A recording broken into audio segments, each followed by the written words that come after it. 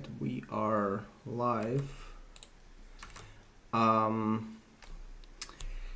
somebody write in chat to let us know that things work, audio works, video works, all of these things? Hopefully it should, because it's the second time that I'm using this software setup, and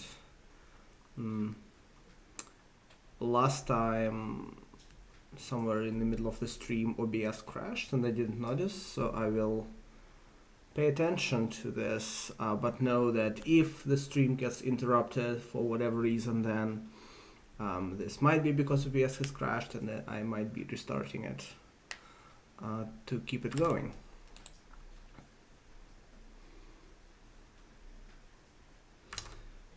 Video works, that is good. I assume audio works as well. I don't know why audio wouldn't work. So the agenda for today is that there's no agenda, and specifically, let me keep it here. So we've done these streams before. I don't remember if there was one this year. Maybe not. Probably not, if I had to guess. But the idea is that it's just a chat about various topics where there is questions in the chat and I try to answer them with varying sort of levels of depth, right? Could be questions about general programming topics, questions about graphics programming, some specific things, some vaguely general things. Anything goes. I can just choose to not answer a question if it feels like it doesn't fit the profile. We do have a couple things. There were two questions that were asked sort of offline that I will probably start with, unless somebody asks the question like the next minute out of people on stream. But yeah, in general, this is the idea today. We will be going for probably an hour and a half. We'll see. I technically have 2 hours, but might cut it short, might not cut it short. We'll see. The timing for this, so there is a sort of, I hesitate to call it tradition, but I think last year there was a stream like this sort of before the end of the year. I don't think it was literally on December 31st, but these days sort of this year stars align such that 31st was the best kind of time for me. And I did a poll, more people said that they could come on 31st. So for people who, there might be people on stream for whom it's already the next year. For people for whom it's not already the next year, happy holidays. For people for whom it's already the next year, happy 2023, and it's fun to live in the future sometimes. All right, so with that preamble out of the way, I'm gonna take a look at the chat, and then we're gonna look at two questions that people asked offline, and then we'll see what live questions are there. Hey, somebody is in 2023. Yeah, so the GMT right now, so like England, right, would be at what is it, at like 9 p.m. or something, or 10? Yeah, I think 9 p.m. or maybe actually 8 p.m. But definitely there's going to be some people for whom it's already the next year. So one question that has been asked offline is, what is the deal with Vulkan descriptors? Why have they been sort of designed the way that they have been? And also, for people who don't know, so we haven't covered it on stream, but there's a new extension called VKEXT descriptor buffer, not indexing. There's two sets of extensions, descriptor indexing and descriptor buffer. Together, they ostensibly, form a different mental model for how to think about descriptors, but they haven't been there from the start. So why are descriptors the way they are from the start? So there is this really good article by Jason Ekstrand, which we are not gonna cover in like a lot of depth, but I recommend reading offline. It's called Descriptors Are Hard. And it talks about the fact that in hardware, in graphics hardware, there's different styles of implementing the whatever sort of goes on into hardware to be able to actually work with the resources from the shading languages. The two big ones, there's like several big categories that Jason ascribes here. A couple of big ones I would say are, there's several big ones. Maybe the three big ones are direct access, heaps, and fixed bindings. It would be convenient to just talk about fixed bindings and direct access. So fixed bindings refer to the model that was probably more popular sort of for older hardware back in the day when Vulkan didn't exist. And it says we have, for example, the fragment shader has 128 textures that it can sample. Cool. There's 128 texture registers that the shader can access, and each register can be pre-filled with information about the texture, where it is in memory, how big it is, etc. This is how some of the hardware works. There is a very cool table here. So these are Fs, not maybe coincidentally. So older Intel hardware works like this, and also older ARM hardware works like this. And this was written in 2022, but Vulkan released in 2018, 17. It's been a while. What this means is that today you look at this table and you say, oh, there's few Fs here, but actually there were there was a fair amount of devices, at least in the mobile market, that used this sort of fixed hardware binding model. So on the opposite spectrum, perhaps, there is the D, which is the AMD model, which essentially says, well, the shader can load the descriptor from somewhere using regular memory load instructions, and then use that descriptor to do texture fetch or whatever. This means that the hardware doesn't really care. Like, if you wanted to emulate the fixed 122 register pool, you could do that. You just make an array of 128 descriptors somewhere in memory, in GPU memory, then you pass an address of this array to the shader, and you're off. If you wanted to fetch this descriptor from a structure that's more complicated than an array, you can also do this. Like, it's not a problem. It's just memory, and so you can just fetch from memory. It's not a big deal.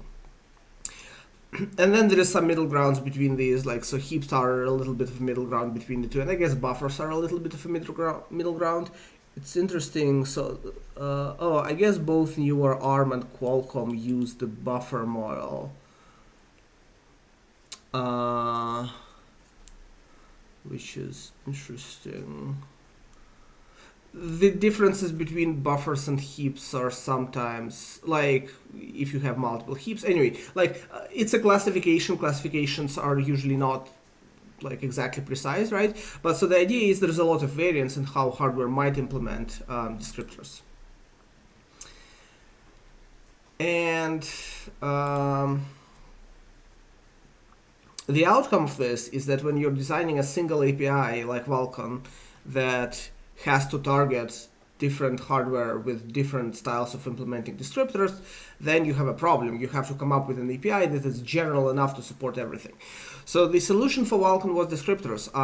Honestly, descriptors are just probably the most general way that you can imagine, the most sort of abstract way that you can imagine to talk about GPU resources, or access to GPU resources from the shader hardware. You have a descriptor, it contains a bunch of resources, potentially of different types. You have to pre-declare all of this ahead of time. Then you can allocate and update this descriptor.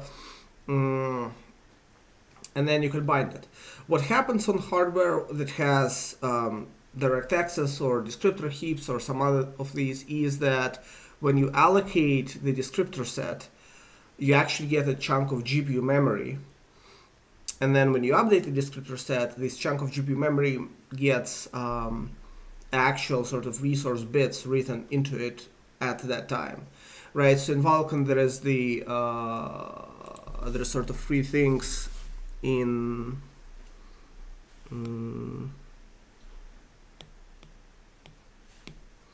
are three things that you have to do with the descriptor. You have to allocate it, update it, and bind it. And so bind happens, let's say roughly per draw call. It's not quite per draw call depending on how things are structured, but let's say it's per draw call. Allocate, ideally you would do all of the allocations sort of ahead of time. So I don't know, per descriptor. And then update, sometimes you might allocate an update and then never touch the descriptor again other than binding it. Sometimes you may want to update multiple times. So could be per descriptor, could be per frame. Let's call it this. And so the idea on sort of modern GPUs is that you're actually getting GPU memory when you allocate, you actually write to the GPU memory when you update, and when you bind, you're just setting up, sort of you're passing the pointer to this block of GPU memory to the shader. On this older hardware with fixed bindings, when you allocate, you are getting CPU memory. It's just memory to store like descriptor data for the driver. When you update, the driver can fill the CPU data with anything. It could just fill it with the pointers to the resources and resolve them later, like it doesn't matter. And when you bind, then the actual sort of register setup happens where you write commands to the command buffer to set up these descriptors into the fixed registers that you have available. So this is kind of why descriptors exist, right? It's because there is different models with substantially different sort of implementation details on different GPUs, and you have to accommodate all of them. If you look at what other APIs do around this, there's two other sort of models, right? One is you can just say that your API exposes slots, slot model as the only API. This is what Directory 11 does. The API says you have 128 textures, and that's it. This is a great model when your hardware uses fixed descriptors because it matches closely, not necessarily one-to-one, but closely. It's a bad model when you have sort of actual GPU-backed memory that GPU can read from, GPU can read the descriptor from, because it requires the driver to do sort of expensive operations during the draw call. For example, if you have 120 textures and you only change one of them, the driver has to allocate a descriptor essentially with 128 textures, copy the 127 ones that you haven't changed into it, and then patch the 128th one that you have changed. This might happen per draw call, etc. And what happens if you draw, for example, if you have a set of textures that's associated with material, then you use the material 0 to draw draw call 0, then use material 1, then use material 0 again. Should the driver sort of reuse this bit of memory between the draw call, the first draw call and the last draw call, because it's the same set of textures? It can, but that requires computing some sort of hash function of all of the textures used. It's expensive, so sometimes it's kind of worthless work. Sometimes it saves you memory and effort to update the descriptors. So it's hard for the driver to navigate sort of what's optimal for your application in that model. Conversely, Directory 12 implemented a slightly different model. It's the heap model, which has a poor mapping towards the fixed bindings model. Now, obviously doesn't matter for ARM because it's not like ARM supports it. as in it's not like ARM supports DirectX 12, at least not here. I don't actually know if pre-Skylake Intel supports DirectX 12.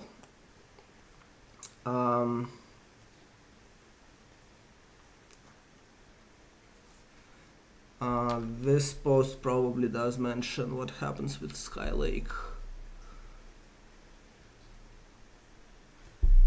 It doesn't really talk about Intel in the DirectX 12 section. So it is possible that older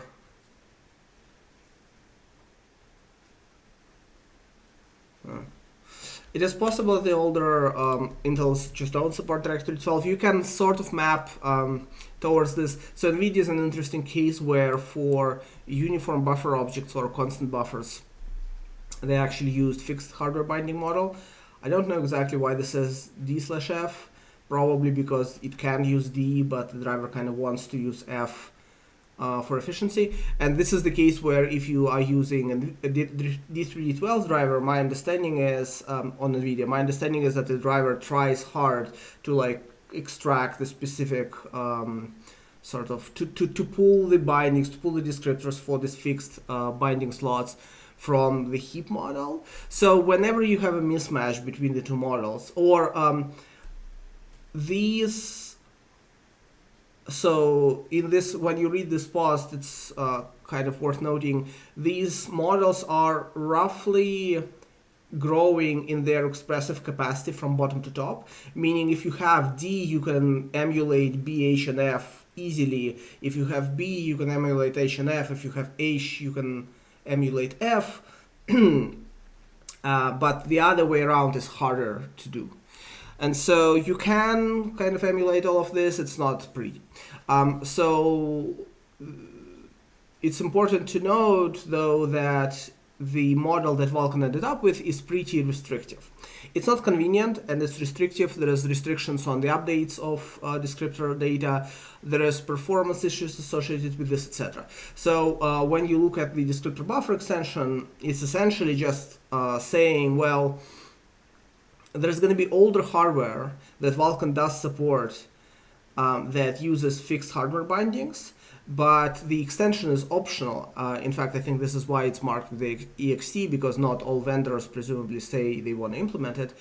And on newer hardware, there is a more optimal path that is easier on a driver, that's easier on most applications that we can take. And so that's kind of all there is to this. The unfortunate reality for Vulkan and really for any other graphics API is that the more variance there is in the hardware implementations along any particular feature, the more challenging this area is both to design for but also to implement the drivers for. That's just kind of what you have to live with, right? If you want to have one application that works portably across all different vendors, and also ideally is performance portable, meaning you write code that is fast once, and then it's within reasonable threshold of optimality on all of the vendors. So that's kind of the short story. Read this post if you want to know a little bit more about the hardware details. And yeah, so if you are writing the application for sort of modern hardware, the descriptor buffer is usually, I haven't actually tried to use it. I mean, like I'm familiar with the extension and stuff. I haven't tried to use it. My understanding is it's easier to,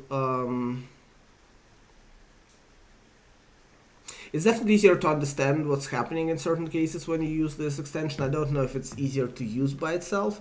The performance implications should be better if you're using bindless model, etc. So like, in general, this is a great extension to use.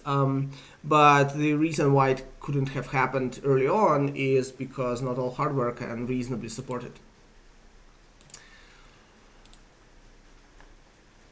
Okay. Cool. I had one more question, but I'm gonna, from like ahead of time, I'm gonna like, what do you call it, shelve it for a second. And then we'll see if we'll have time to answer it. Because for the other question, I am not like an expert on the topic necessarily. Is there pointer manipulation in shader languages? Actually, yes, sort of. It's complicated. This is the area where historically shader languages were made for shader programs without really the regard for sort of general purpose compute. Then a few things happened. One thing that happened is so like what is a shader language? It's getting harder and harder to define, because one thing that's happened, and it's happened a while ago, in I don't know 2006 probably, like a while back, 25, is NVIDIA released CUDA. And at some point after this, way after this, OpenCL got released, which is similar-ish in scope, but CUDA is specific for NVIDIA hardware. So in CUDA, you write shader code, as in you write code that executes on the graphics hardware on the shader units, but you write it in a language that resembles C a lot. C/C++, so it has pointers, it has the syntax that you'd expect. You can like create a structure and place the structure in memory and stuff like this. So CUDA is NVIDIA specific. CUDA is a big deal. CUDA is not really a big deal if your mental model of the graphics hardware in the world is, oh, like games are what runs on graphics hardware, then CUDA is not a big deal because most games don't use CUDA. Like games that use NVIDIA specific technologies like, Hairworks, maybe, I doubt that, maybe PhysX, the PhysX that runs on the GPU uses CUDA, but like, basically CUDA is not used in games, I think is a fair assessment. And also OpenCL is not used in games. But if you compute the total amount of, energy that is spent in the world, even if you exclude stupid things like crypto mining, then from the graphics hardware perspective, CUDA is going to dominate the sort of what's spent in the world, because all of the AI, ML, and a lot of non-neural network, but sort of hardcore computational software that is really high performance, it runs on an NVIDIA GPU in CUDA. So CUDA has had pointers for like a while with some restrictions. It's complicated, I won't go too much into details. Shading languages by and large haven't. Now, there is an extension in Vulkan called XBuffer device address, which is sort of recent, and I think there should be a stream on this channel from last year, I think, when we actually used this, maybe from 2 years ago. This is released in 2019, so the stream probably happened in 2020.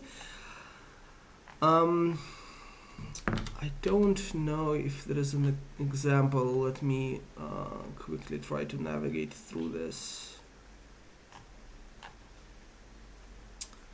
This is the GLSL extension, and hopefully there's an example here. Yeah. So there is this extension that for Vulkan allows you to expose pointers to GPU memory to the shader as sort of values. And you can use these to actually... when you use CUDA, you get full pointer semantics, full pointer arithmetics, etc. When you use this extension, at least in GLSL, I think the Vulkan I think the actual extension is like lower level, but the GLSL syntax for this probably doesn't have pointer arithmetics at all. Like maybe pointers to elements of arrays don't quite work the same way as you'd expect, but pointers in general do work. So this is an example. It looks a little weird because it doesn't look like C, sort of, right? It looks like some weird sort of C-like language, which GLSL is, but it's effectively pointers. You can effectively create a pointer to GPU memory, and then you can store this pointer in another GPU reachable structure and read from it directly, right? So it sort of exists. It's a little bit clunky. I think we tried to use it. I think it worked, but I don't recall. It's been a while. But it's definitely not yet at the point where sort of it's just as C. Now, so the other thing that I mentioned is OpenCL. OpenCL, there is a Vulkan compatibility story with OpenCL, and OpenCL again is the question where is the language/environment where you can just use sort of C, language similar to C with pointers that are similar to C. So the answer is both yes and no. Pointers sort of don't exist. I don't think in Directory D12 there's still sort of any general purpose notion of a pointer, but there are some shading languages when they do exist, and in environments like Directory D12 and Vulkan, they don't exist sort of fully natively, but there's sometimes constructs that approximate pointers enough. I should mention there are some difficult questions to answer about pointers in the GPU programming model. Like, this absence is not just arbitrary. Even if your hardware supports arbitrary reads from memory, there's interesting questions about sort of safety and sandboxing and stuff like this, and to what extent the GPU hardware can guarantee that the pointer access is safe. For example, if you take a pointer in one application and then pass it to another application, can you read the data contained by this pointer? Ideally, the answer would be no, because if the answer is yes, then you can sort of steal data from GPU memory of one process from another process. To make this work requires that GPUs implement the same sort of page mapping hardware that the CPUs have had for eternity now. Some of them do, some of them don't. So there's a lot of complicated questions around sort of pointers on GPUs. I think it's fair to say that the world is heading there. As in, at some point, pointers in GPU languages will be commonplace just as they are today in CPU. But, so CUDA has had them for probably 15 years now, and they're still not mainstream. So it might take 15 more years for them to become mainstream. Do you feel like Rust is already mature enough to consider using over C++ on greenfield projects outside of personal side projects? Or do you not have strong opinions on this?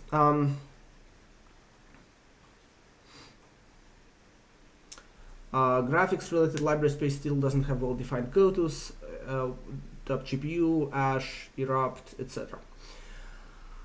So, it is an interesting question, and I think there are sort of two sides to this. Let me maybe talk about the graphics first. Unfortunately, even in C++, there is not really a go-to solution. As in,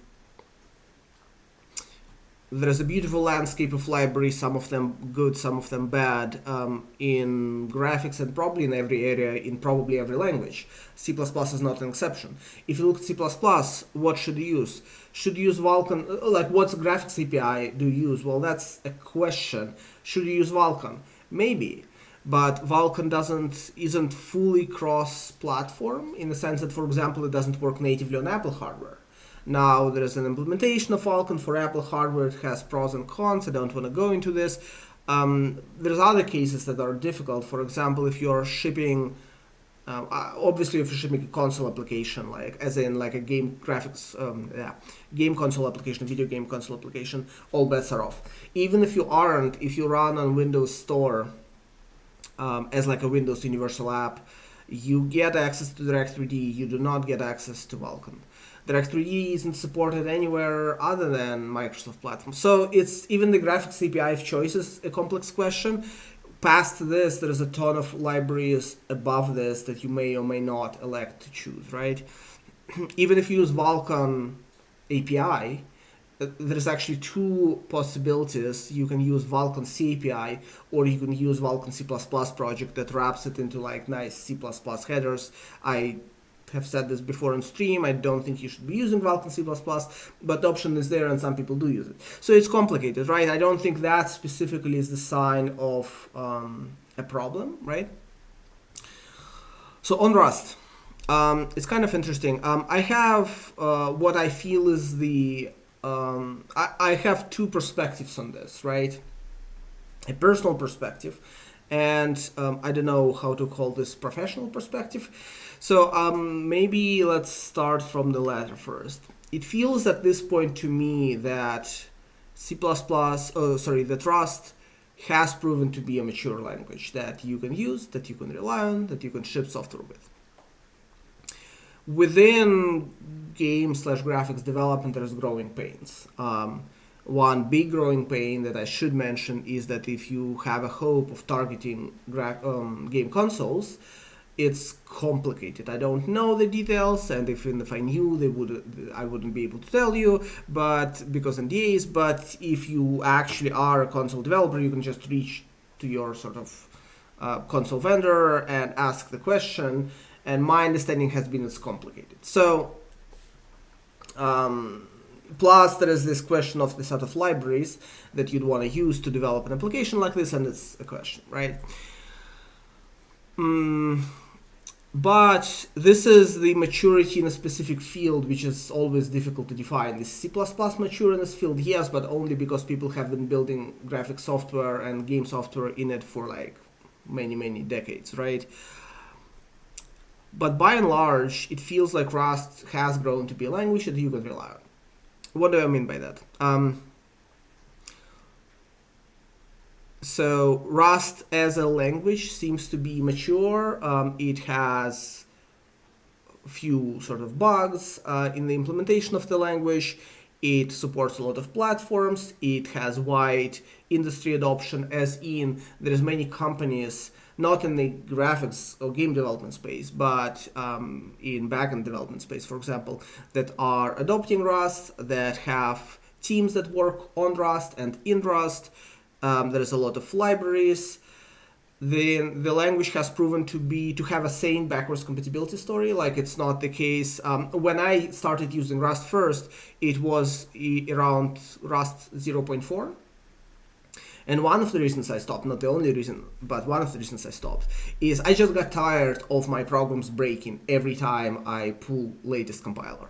It's like, oh great, like this feature changed, or this thing is not available anymore, or this thing works in a different way. And like, it's to be expected of something that is before 1.0, right? But the experience at the time has been things break all the time for me. And this was just frustrating to deal with. And this is an experience that you do get sometimes with production languages today. Python 2 versus Python 3.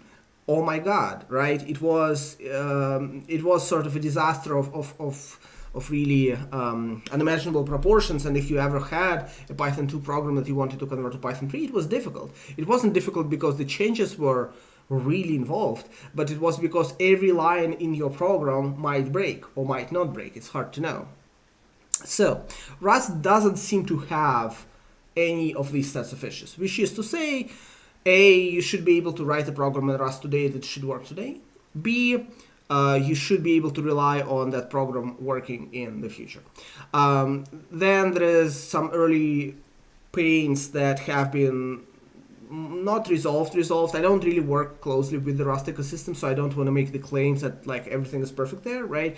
But again, when I was starting, sort of IDE support was non-existent. My understanding now is IDE support is pretty good with a couple choices, with a solid LSP that you can use in different editors. I think JetBrains has support in Rust in one of their IDEs, if I'm not mistaken. So there's like reasonable IDE compatibility story, etc., etc., etc., etc., right? So things are generally reasonably good. Now, are things perfect? Probably not. I actually tried to play with the Bevy engine recently, like just this week, just to see sort of what it is. And my experience with Bevy engine has been that there's a bug somewhere in their Vulkan stack,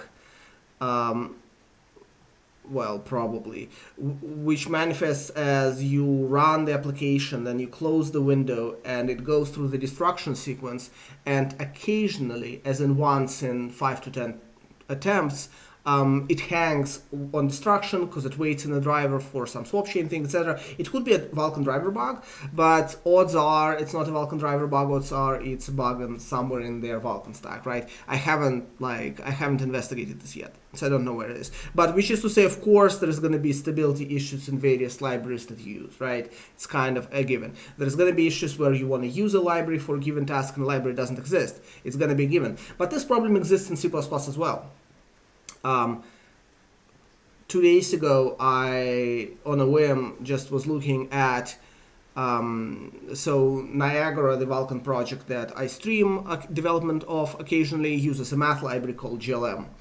And I've never been super happy with the GLM. It's been like an 80% thing, like it works, or maybe 90% thing. Like it works to a reasonable degree, but there's a few things that are a little obnoxious about this. And then I have a pull request to fix a bug that we found on stream that I opened like 2 years ago, and it's a one-line change that hasn't been merged. And so like I'm like, is there another math library, sorry, that I can use? And the answer is complicated. I found 3 other libraries that were popular. One of them I couldn't get to compile cleanly because it required C++, it required some newer C++ features, and then once I used it, it used incompatible syntax of like accessing fields of vectors and stuff. So like I just like, decided to abandon this, didn't like it enough, etc. Then there were 2 other libraries. One of them worked pretty much perfectly from the first try, but the downside there was, and it supported the features that I needed, and it was small and neat and stuff like this, but the downside is that in debug builds, it was slow. And the reason why it was slow is that the way they implemented the the vector addition operator, I don't want to call out the library on stream. I don't want to like shame anyone, but and it's a reasonable way to implement it if you have if your goal is pragmatism, you don't do this. If your goal is theoretical purity, you do this every time.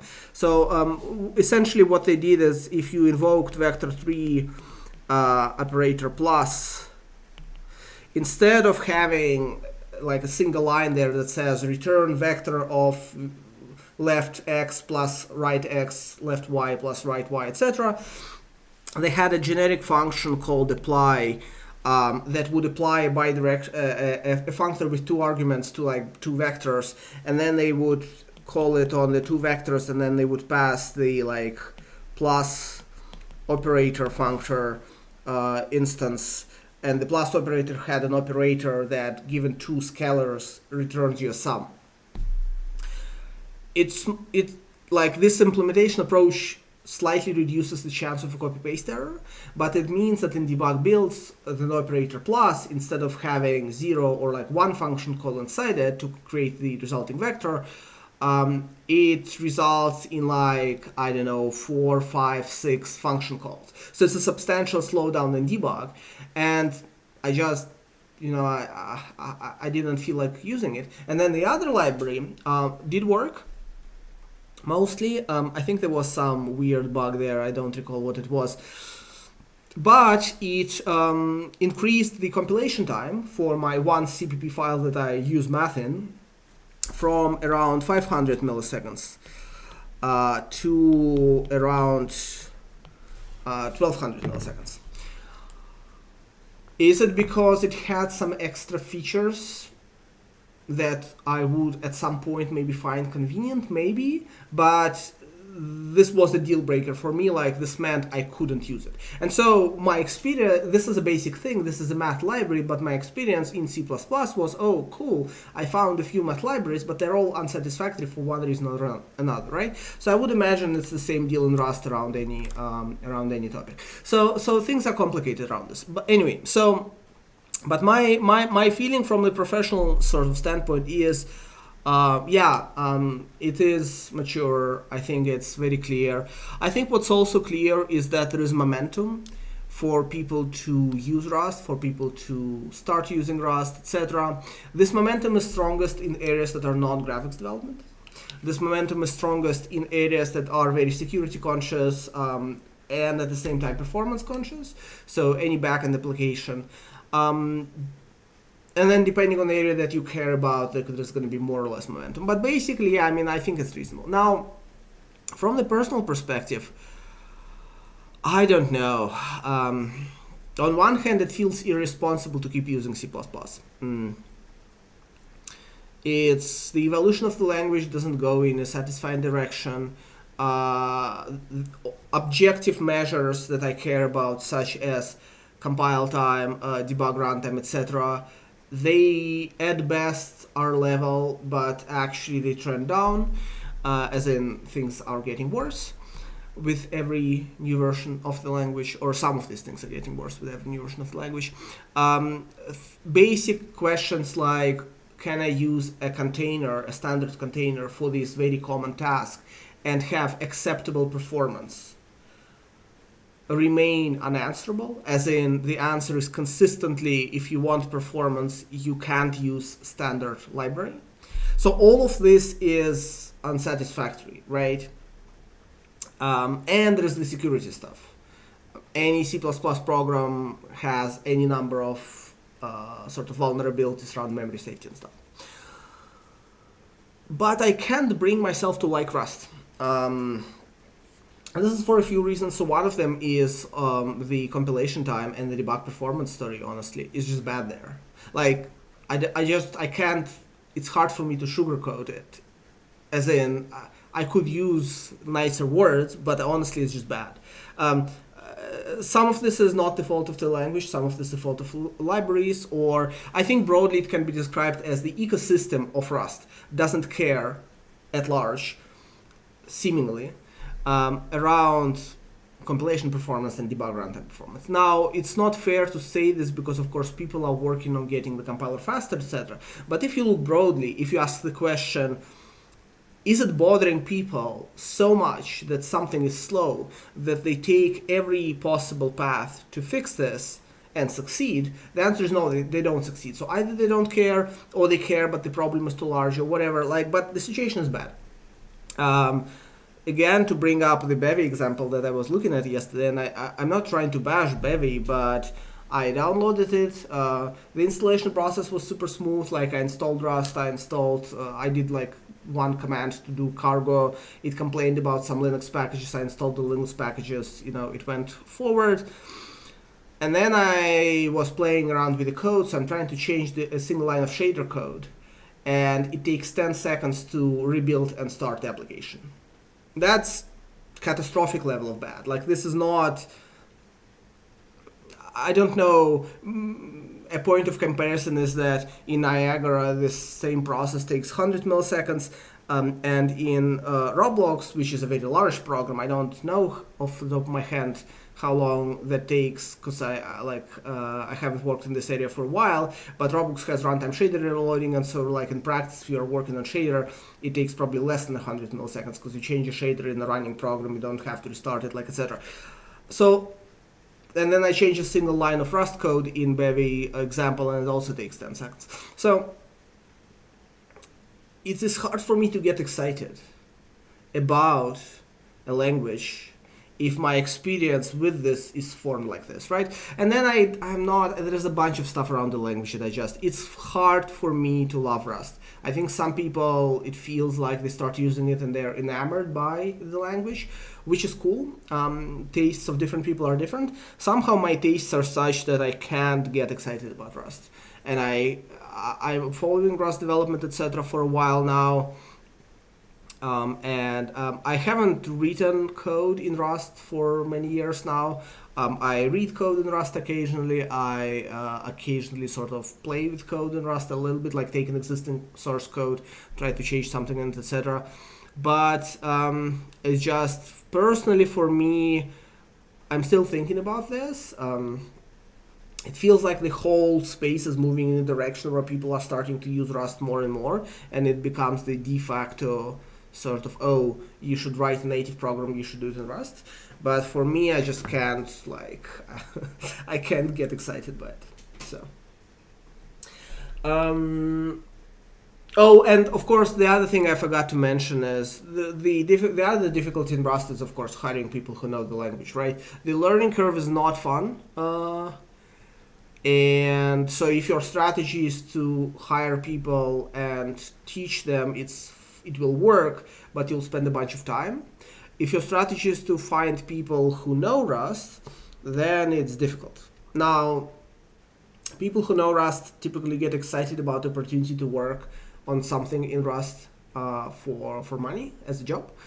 So that's nice, I guess, right? You're getting very committed individuals, but it's difficult to get them because the pool is so small. So it is if you're launching like a new project, this is something I would be wary of, depending on the field again.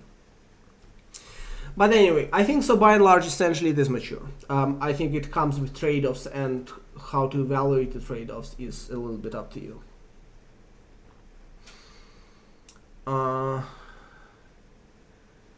Yeah, see, there is somebody whose job it is developing mobile game engine with Rust.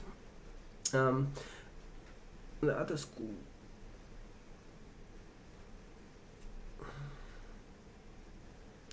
I'm gonna cover the graphics programmer job, but to continue the train. Yeah, right. So I should mention, right, the Bevy example is not, again, as I said, to me it's not a sign that Rust can't get things to compile fast. I suspect that the answer is just hard and people don't care about it enough, which is a problem because it drags the whole field down. I tried WebGPU, and there the time was, I think, 3 seconds, 3.2 seconds, which is much better. Now it is way worse than C++. The problem with C++ is there's a big difference. Like, it's hard to evaluate this. So the problem in C++ is there's a big difference between this performance of compilation or runtime in debug or whatever that you can get to, that an expert gets to, or the performance that you naturally get to while building a large program. The latter is a problem for C++.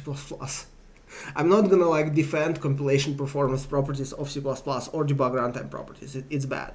But in C++, you always can fix it.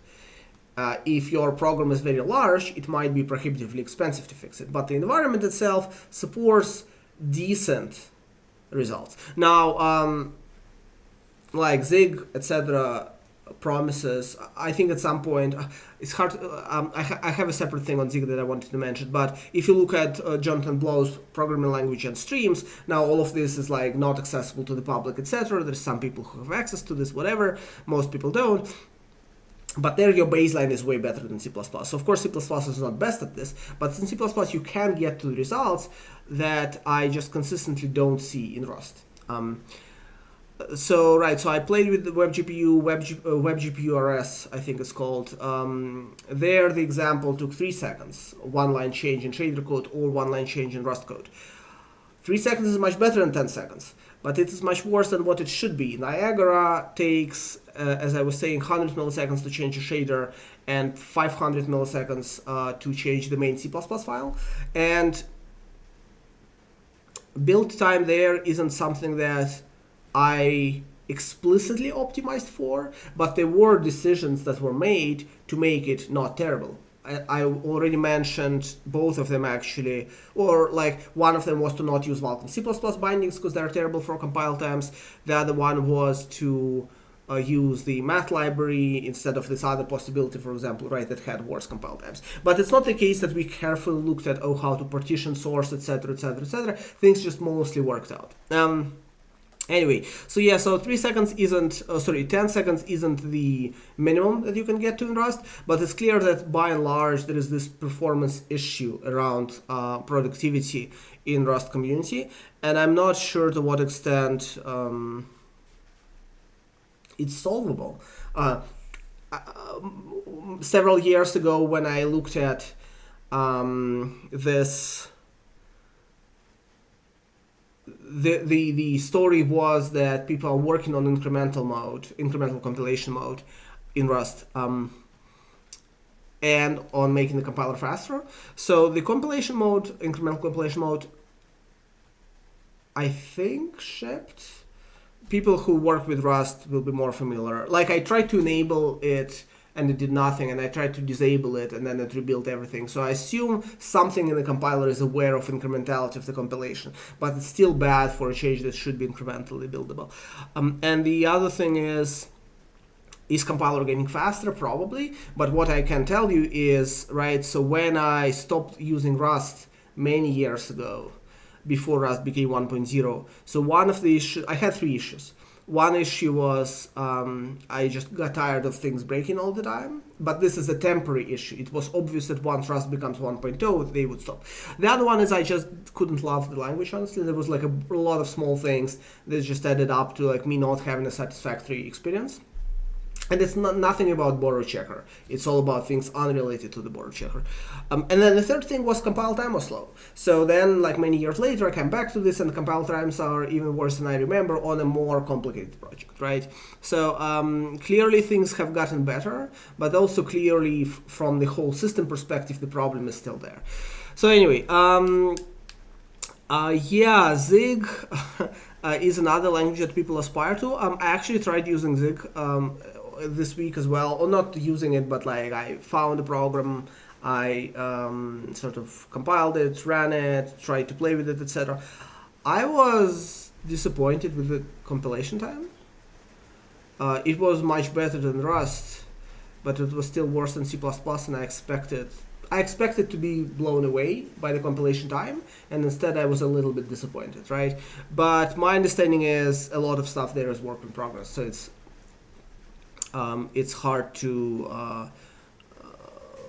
like it's still before 1.0, etc. There's like a lot of ways to go, and there is a bunch of stuff in Zig again as the language that make it difficult for me to love it, and I understand why some of these changes are made, but it's just doesn't make it easier. The error experience in Zig at compile time is markedly worse than Rust. I think in Rust, when you make an error, you would usually sort of know exactly how to fix it. In Zig, there was this funny moment where I added some code to an existing program to time a fragment of code, how long it takes on CPU. So I took the start time, I took the end time, and then I divided the difference by 100 to convert it from nanoseconds to microseconds, by 1,000, sorry.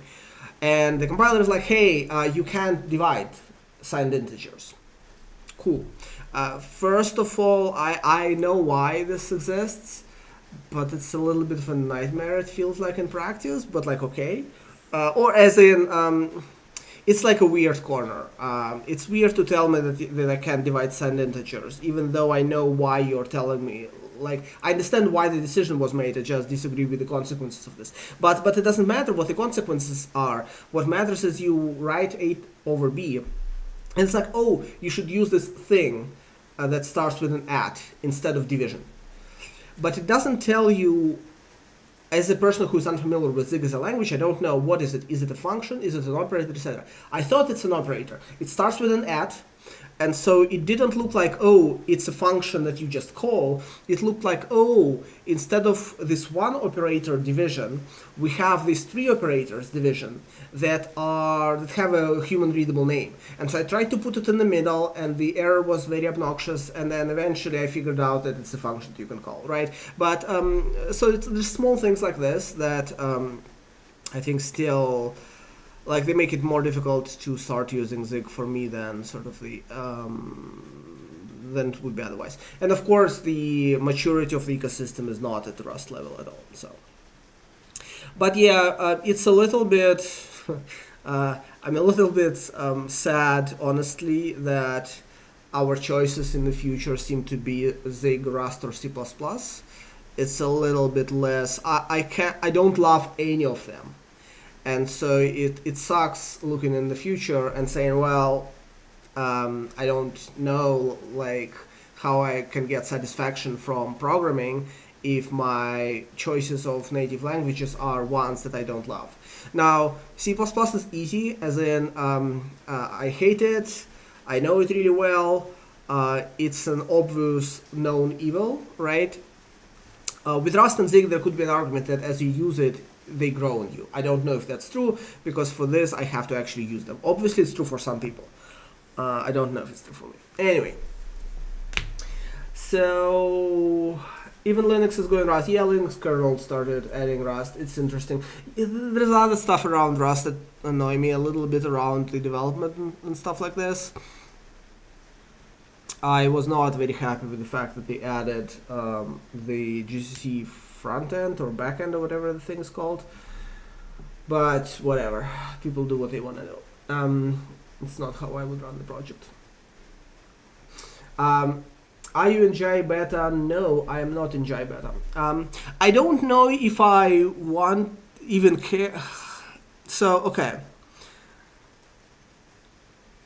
Jai feels, from what I saw on streams and stuff like this, like a language that I would like working on more than I currently, from the syntax, etc. perspective, than I like Zig or Rust. But the other thing that was very clear from the streams is that it's very immature.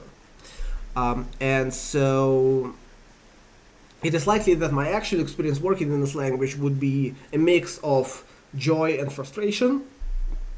And so I don't even know that I care about the beta. And the other thing that's important, because like it's not clear where it's set. Sorry, there's another thing that I forgot, which is really important to me, which gets really difficult with all of these languages. So I sometimes write applications, but I often write libraries.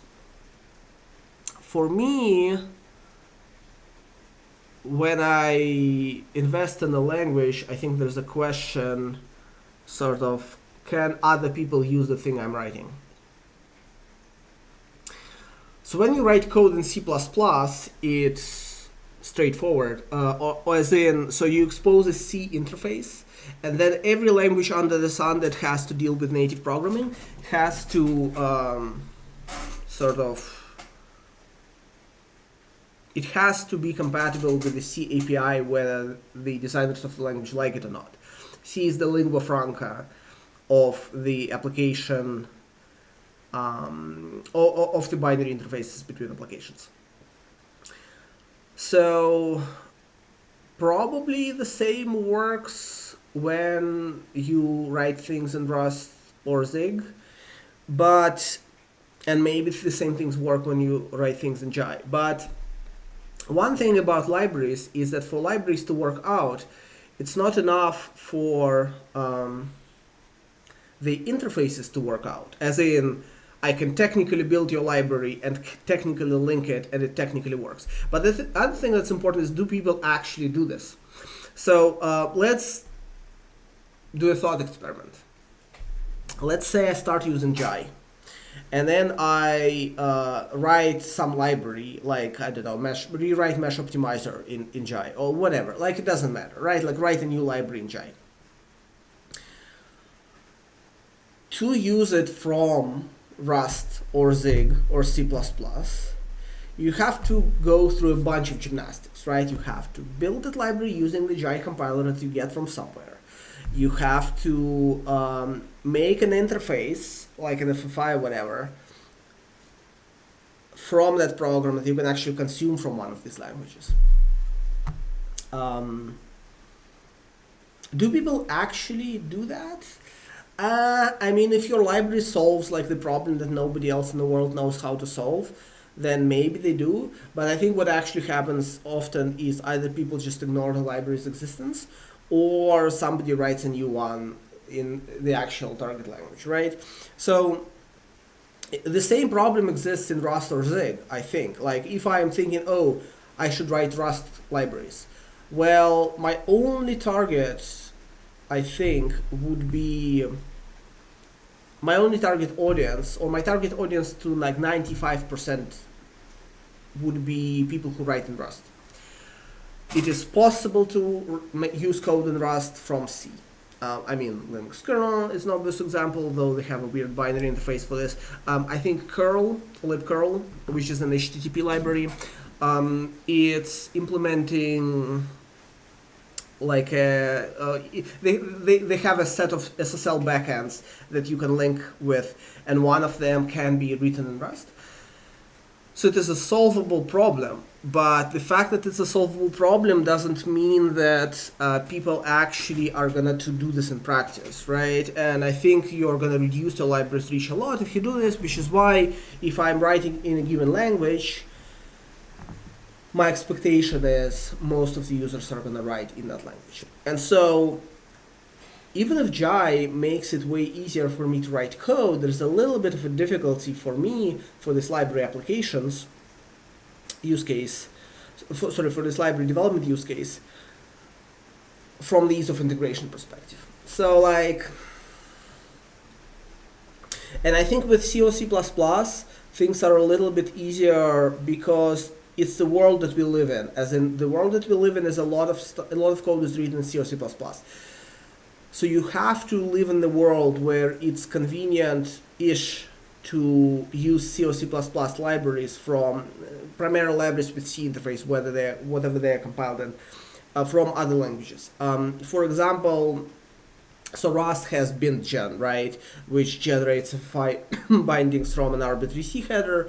It has some downsides, and also it's not idiomatic code. Like, you aren't going to use the result directly, you're going to wrap it. But it exists. Zig has some support for this, and also Zig can even build mixed C++ Zig projects sort of out of the box. Like Zig works as a C compiler. And so clearly the composition story there is really important. And so from this perspective, it's unfortunate that writing code in C, C++ is still like the best option for me, even if I like the other language a little bit more. So it's kind of weird. Anyway. So let me go back. I skipped. There's a couple small questions. Right, so Unreal Engine uses C++.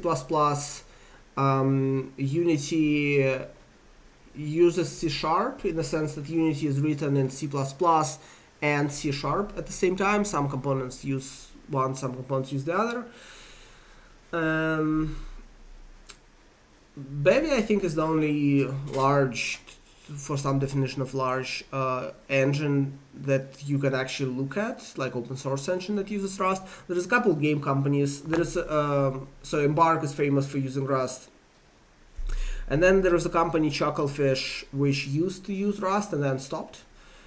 So yeah, I'm sure there's a bunch of sort of companies that use Rust that we don't hear about in game development. There's probably companies that use Zig in game development. Don't we need people like you to keep moving to Rust in order for Rust to become what you're talking about? Yeah, maybe. So right, to an extent, this is the difficulty of the problem, right? If the whole world moves to Rust, then all of the compatibility problems around C become irrelevant, because like, who cares, right? If the whole world doesn't move to Rust, then from my personal perspective, right, do I want to keep investing time in this ecosystem? I don't know. This would be much easier for me if I was extremely passionate about the problems. How do I put this? If I was convinced that, so if I really loved writing Rust code, or if I was convinced that writing code in C, C++ for any purpose is just a crime against humanity, then it would be much easier, right? I'm not really convinced in either of these. The vulnerability stuff that I talked about is really important. It's a big deal that C++ has this issue. However, for some domains, it's not actually that important. And also, even Rust has a lot of cases where it doesn't really fully insulate you from... So, how do I... Like, the problem goes so deep that Rust sort of scratches the surface, in a sense, and it scratches the surface in a really profound and important way, but it still means that there's a lot of, like, if you act, like, you can't, you can write code in Rust that you can be reasonably certain that it doesn't have memory safety issues, but it is very easy to write code in Rust and have a lot of runtime panics around accessing arrays out of bounds, or unwrapping like wrapped optionals, or like null optionals or whatever. Is your program more correct than an equivalent program would be in C++? Well, yes. An equivalent program in C++ would write over some memory, causing a security vulnerability, etc.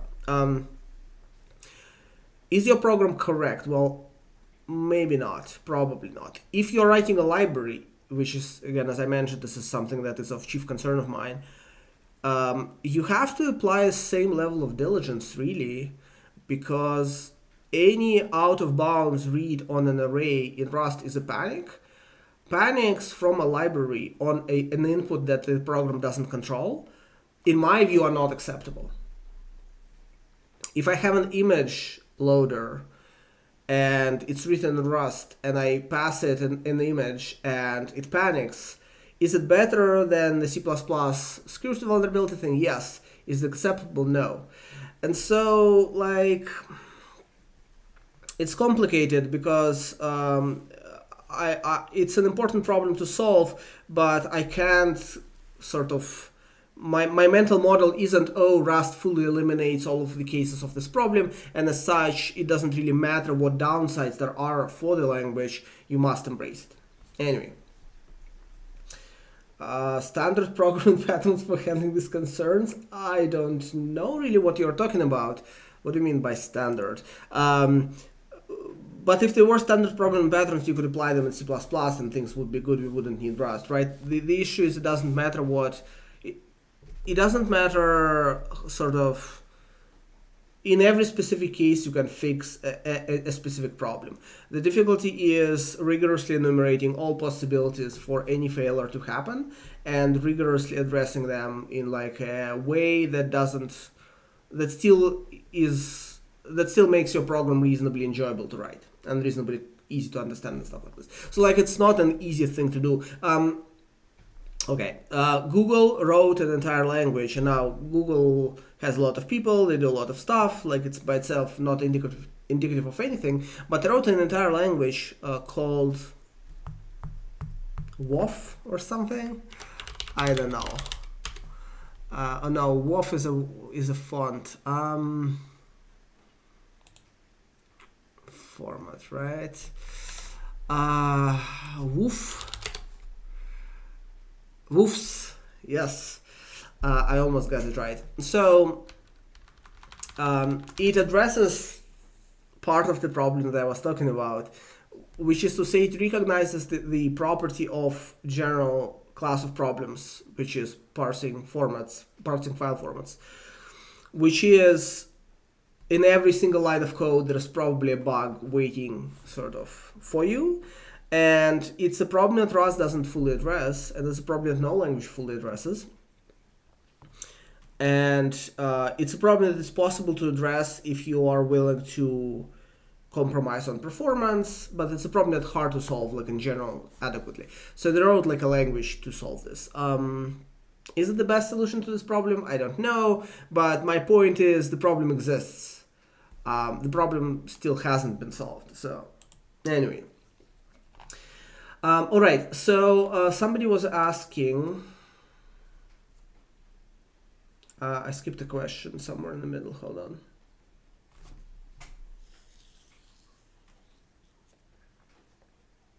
Oh, yeah, and larger companies being apprehensive about it. It's a big deal if you have an existing software stack.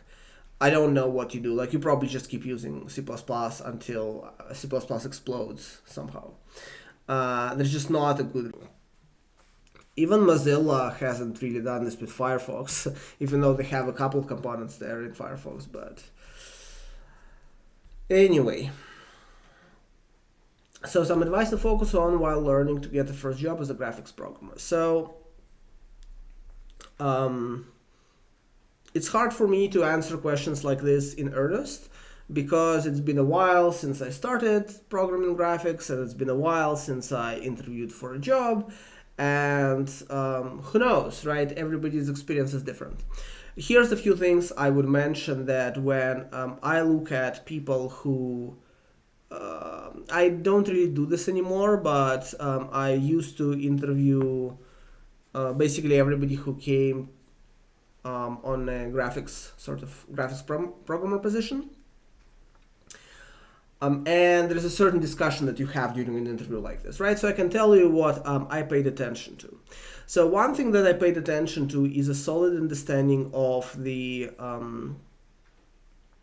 graphics pipeline, what things happen there, how do they work, why do they exist, and things like this.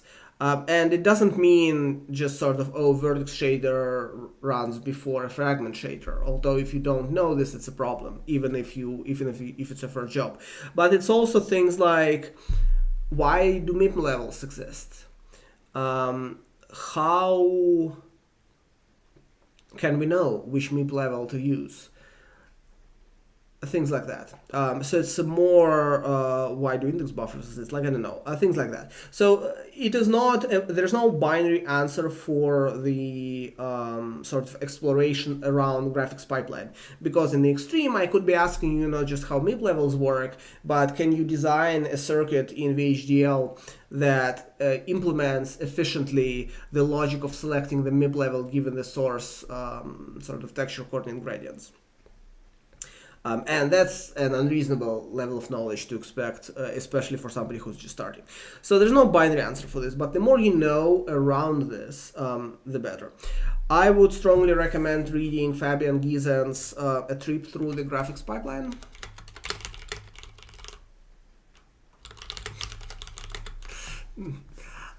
So there is a series of posts.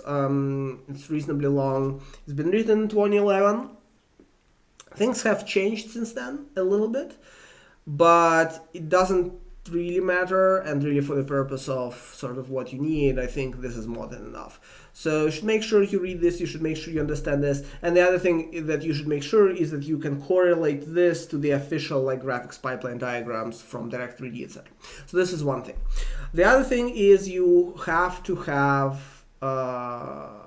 know how to use a graphics API. Ideally two. One is a necessity.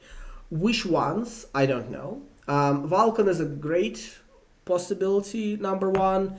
The optimal two to know are maybe Vulkan and Direct3D. Maybe just Vulkan is enough. OpenGL by itself is probably not enough, because it doesn't capture the understanding of how GPUs actually work. It just captures a very surface level sort of thing.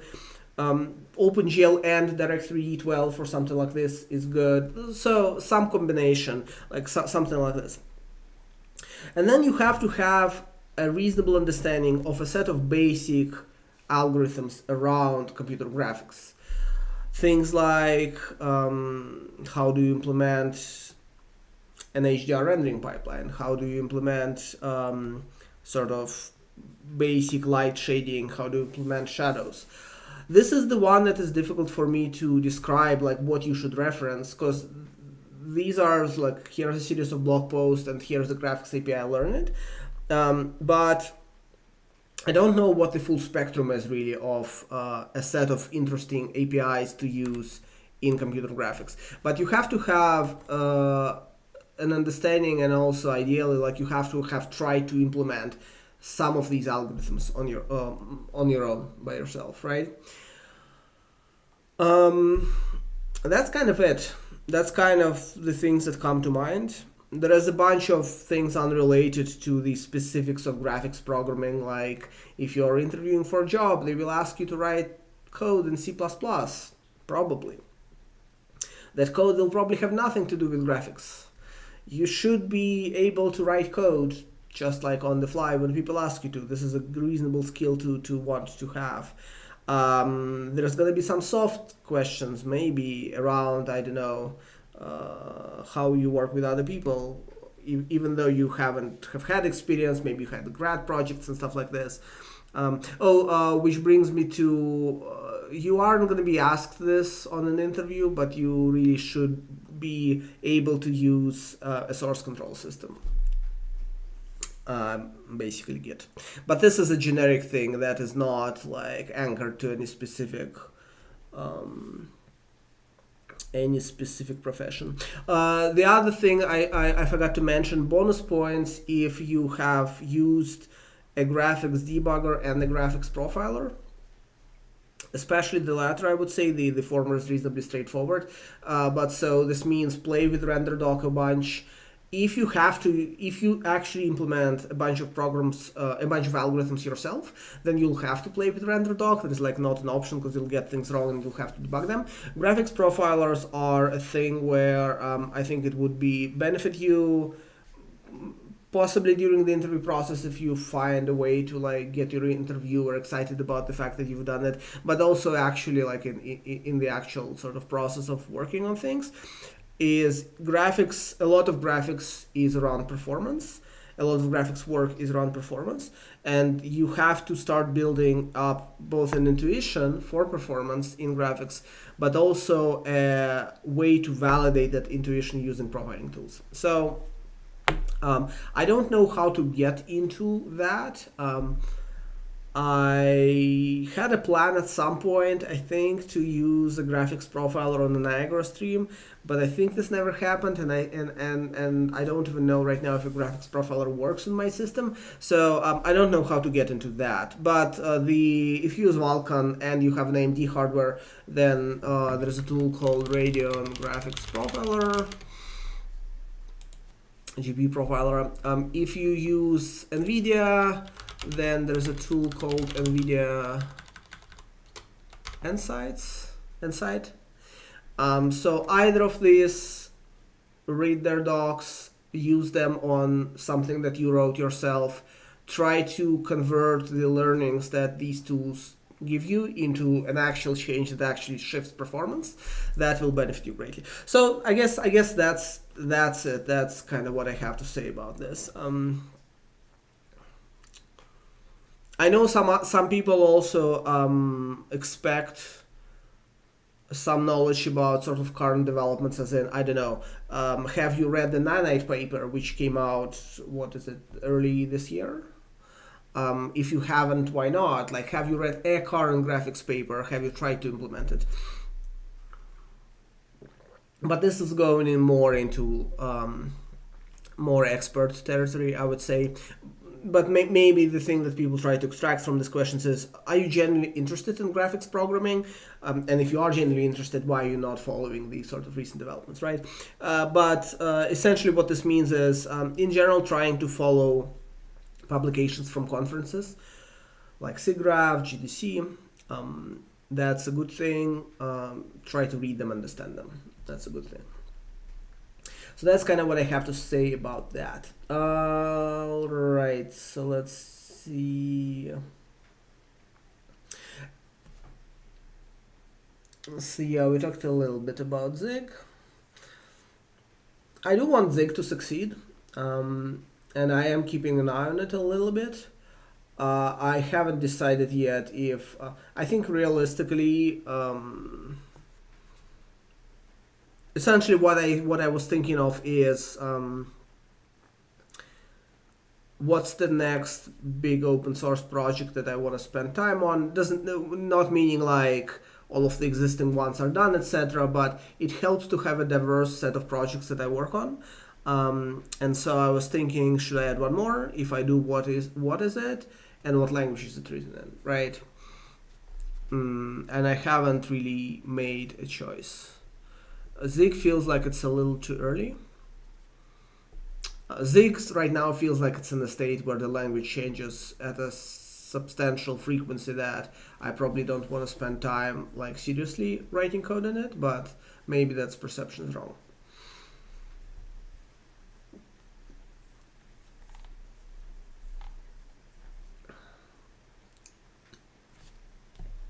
And right, so about the language that I could love, as I mentioned, I own a lot of the stuff is superficial, right? I feel like, in my view, I don't love a lot of syntactic decisions that Zig has made, but I don't love the compile time performance characteristics of Rust. There's probably some way to blend like all of the existing languages into the one that is optimal for me. I don't know exactly what it is. But yeah, there's this careful balance between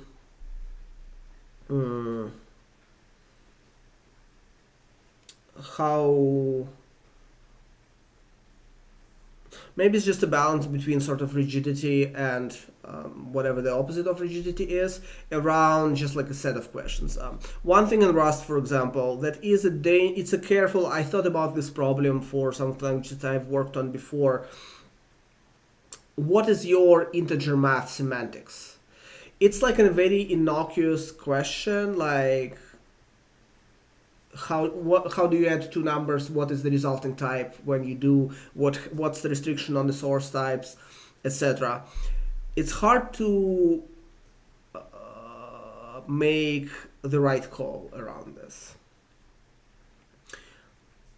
because it's a balance between convenience and sort of how hard do you try to prevent errors and how much friction do you create as a result of whatever mechanism you use.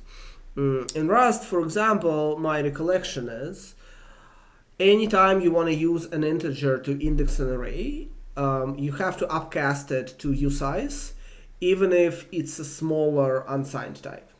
So even if the conversion is provably lossless, for example, you have a 8-bit integer u8, you want to index with it.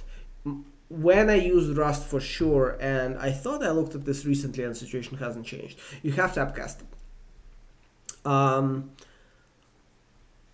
This specific mechanism gives you no safety and it creates friction. However, if you use, if you go the opposite direction, like if you go from usize to u8, then it makes sense that you want to have an explicit cast because you are losing data in some cases, right? There is, and then if you take it all the way, you get weird C++ rules around this.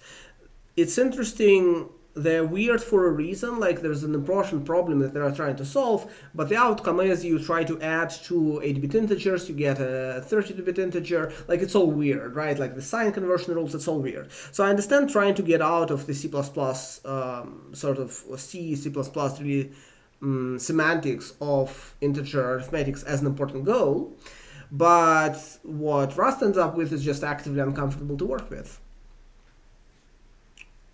This is not like theoretical, this is like I actually wrote Rust programs and I don't know, there's like a collection of 8-bit integers and it has to be 8-bit because it's smaller this way, and then you use them as indices and then you have to cast and you're like, why do I have casts in like every second line of my program? So things like that.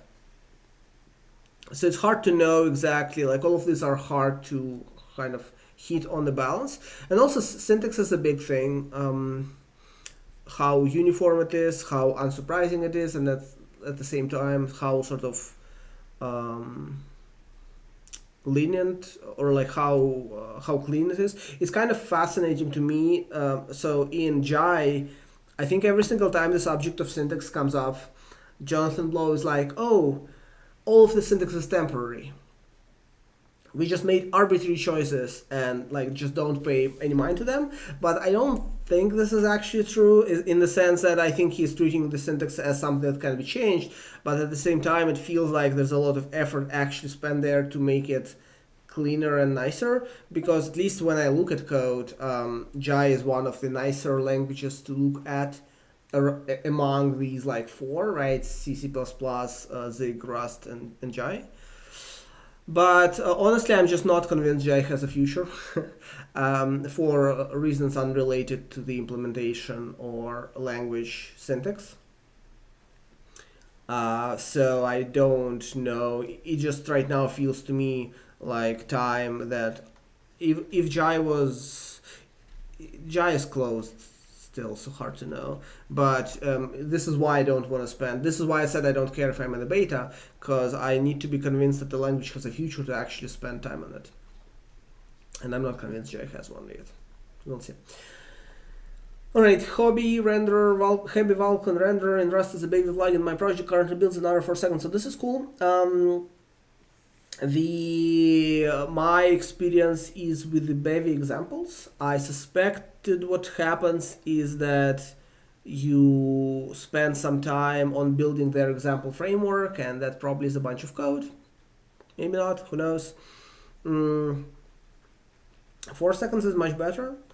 My perceptual threshold is a second. Honestly, like if something takes more than a second, then I get a little bit annoyed. If I have to build it all the time and it takes more than a second, then I get very annoyed. The most important thing for the graphics programs, though, is the iteration speed on your shaders. This is why I get a little bit skeptical, or it is unfortunate. So like there is a school of thought that I think people are exploring in Rust, definitely, around using Rust as a source language for shaders, which is probably fine by itself, but then I think they complete the loop and say it's all just built as part of single crate and part of this is shader code and stuff like this. And really the thing you have to have is live shader iteration. I need to be able to change the line of shader program and just see the results immediately reflected in the running application. Niagara doesn't have this, but I was actually thinking of doing this on the next stream because it changes your view on iteration and shaders, and just like it's pretty transformative in large applications, and I just found myself missing that in this tiny application that we worked on. But this is, I'm sure you can get this to work in Bevy, right? But the default examples don't do that. And the default examples do a bunch of other stuff. But again, right, this is where I was saying, like, it's not the problem that Rust can't possibly build a graphics application in under 10 seconds. Of course, this is not true, right? The problem is that people are happy with the most hyped language, the most hyped sort of game development framework, as far as I can tell, in Rust, having this property, right, that I, as a newcomer, just find not workable for me. So it is not the language problem per se, and it's not even the Rust compiler is slow problem. It is the ecosystem problem.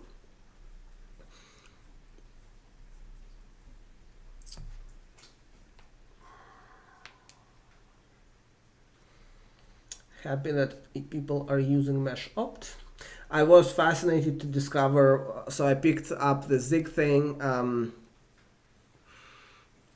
I just needed like a body of code to run something with graphics.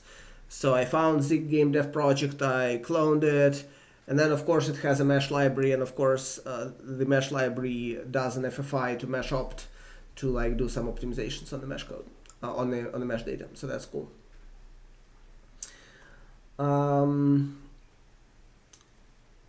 Waffs aside, Googlers. Also, hi Alex, I haven't talked to you in like what feels like forever. Googlers often pick Java or Go instead of C++ just to reduce blast radius of correctness issue. Yeah, so this is the property, this is the good property that Rust would have, right? Except for, again, this complicated issue around panics, where panics are way better than random heap corruptions, but they're also not ideal for a lot of the production examples. Like, it would be pretty catastrophic. So Rust, it's hard to know. There's, I think, two schools of thought on panics in Rust. So Java is a good example, right? Java, I guess Go is also the same way, I think. I think in both Java and Go, there's no stigma around catching exceptions or panics in Go's case.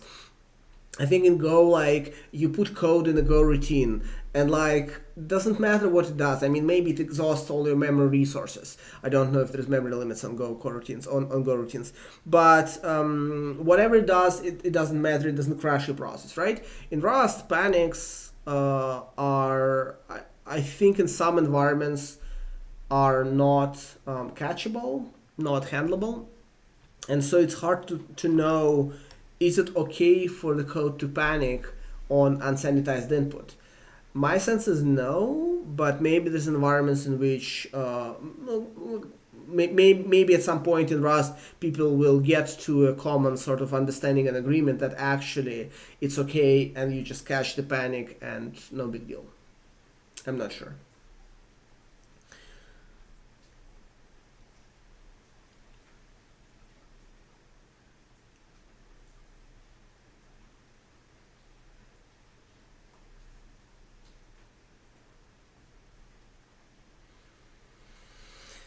Yeah, I guess RenderDog doesn't support ray tracing debugging. I thought AMD shipped a tool that was specifically for ray tracing to do sort of debugging of and profiling of ray tracing scenes. But yeah, ray tracing is the one thing that if you want to get a job in graphics programming. I think if it's interesting for you, absolutely look into it.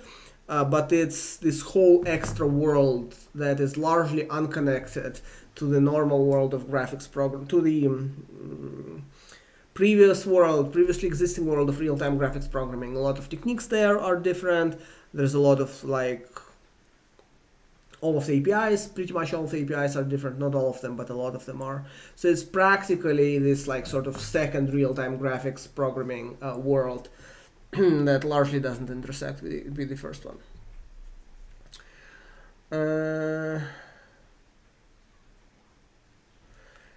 Surprise Chandler changes in Bevy trigger Rust code rebuilding at all. Yeah, so they are integrated in a weird way where, or maybe it was Zig.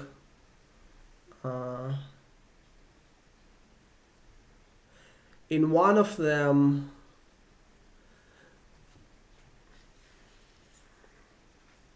I'm not sure. I'm not an expert. I literally just grabbed the engine this week and just looked at it a little bit. But yeah, it seemed like one of them. I'm trying to remember. I think one of them embedded the source code into the as a string literal, but one of them didn't. I think Bevy didn't do this. I think Bevy, but my assumption was that they integrated the building of the sort of shader source into the building of the crate. And also it's kind of weird.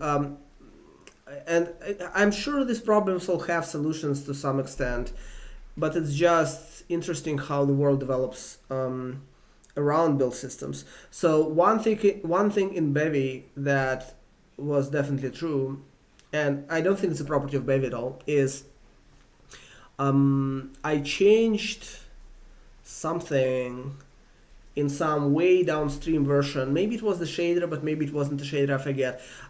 So I changed the file in a crate that 3 other crates depended on. So it was and one of these crates, the end crate in that chain, has been the one that I actually needed to run, right?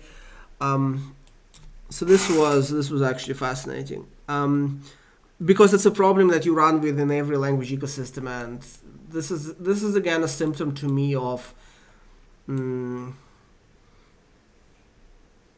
just people don't consider this problem as front and center, or the problem is very hard to solve because of some extra constraints that the language imposed.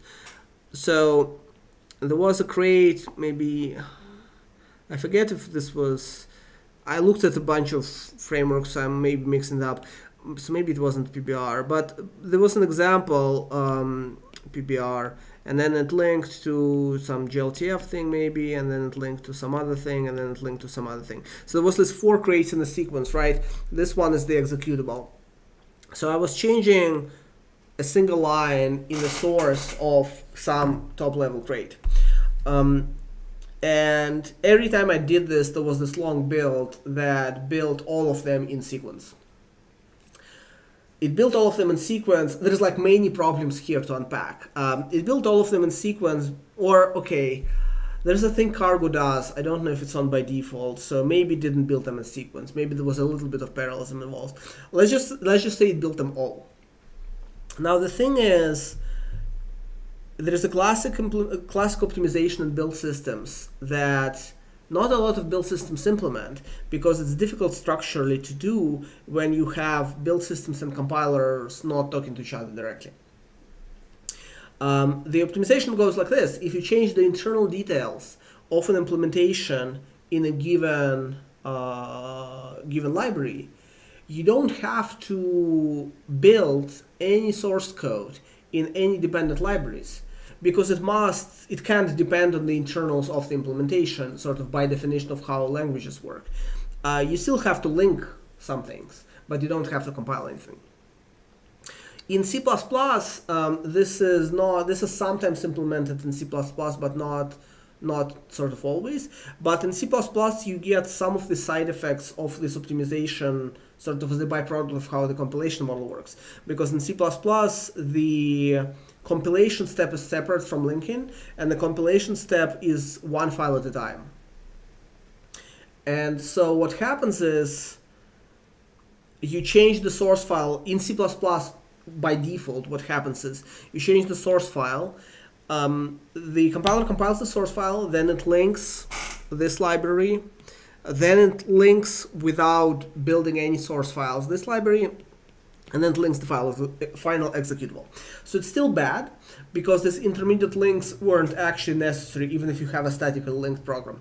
And if you have a dynamically linked program, like if everything is a DLL, then the only thing you need to do is you need to link this thing and then producing a new DLL or shared object file, and then all of these can be skipped. So in C++, there's probably some build systems that implement this optimization, but it's sort of less important because of the compilation model. It's still helpful though. I have an experience, so when I was working in F#, which I was fascinated with F# for like several years of my life. It's a good language. I actually built a thing, let's see if I can find it. I think MS-Build does this by default now, so I don't think you need this thing anymore. But I built this thing like 11 years ago, okay? Which was an add-on to MS-Build. So you had an F# project, and F# had a compilation model that is similar to Rust's in that, and similar to C# in that they compiled one assembly as a unit. So the assembly in Rust parlance would be great. So like C#, they had the same compilation model and like Rust, and but also like Rust, the compiler was slow. So it was annoying. And so I built this thing which was solving this specific problem, right? It said, instead of building a dependency between the library and the previous library that it depends on, instead depend on a special file that we have synthesized from the assembly that only had the public API. If you don't change the public API, you don't have to rebuild this. Anyway, so maybe Cargo has this as an option, but whatever the situation I was in when I was using Bevy, this didn't work as I expected. Like the fast path would be, even in a statically linked executable, you just relink the final executable. And linking is decently fast for a reasonably small program like a Bevy example. Definitely does not take 10 seconds. Anyway, it's a little unfortunate that all of these problems, it's like you've seen one environment and then you rediscover all of these problems in the different environments again and again and again. But the shader stuff is a little bit superficial, as I was saying, because so I think Bevy has an option to put shaders in files that are separate. I don't think it uses this option. The other thing that was weird, so I think Bevy also compiles shaders at runtime. Anyway, I don't know. It's just weird to see. I guess I don't know what I expected, but coming from C++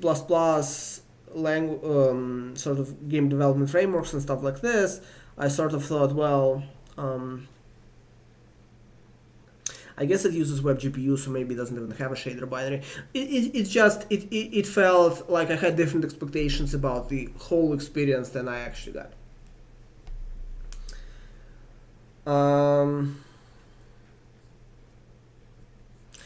So that is a really good question. I touched a little bit on this in sort of some previous streams, but I think it's worth talking more about this because it is an important question. So the question is, do you think one day we'll move to completely remove shader languages and simply have a single general purpose one, or fixed functions still important to have? I assume this question means essentially,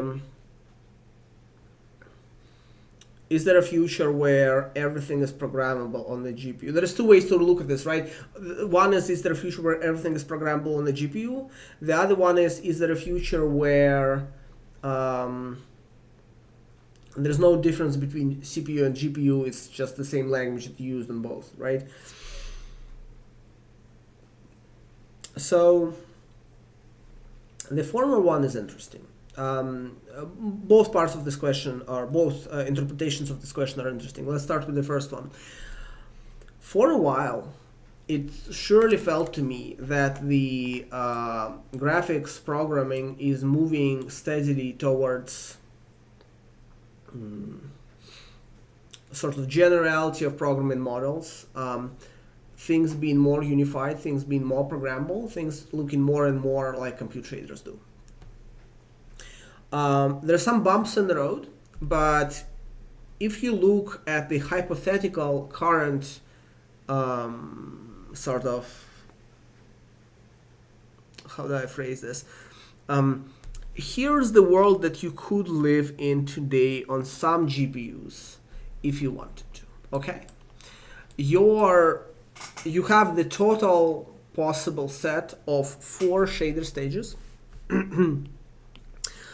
So you have the rasterization pipeline that looks like task shader, mesh shader, fragment shader.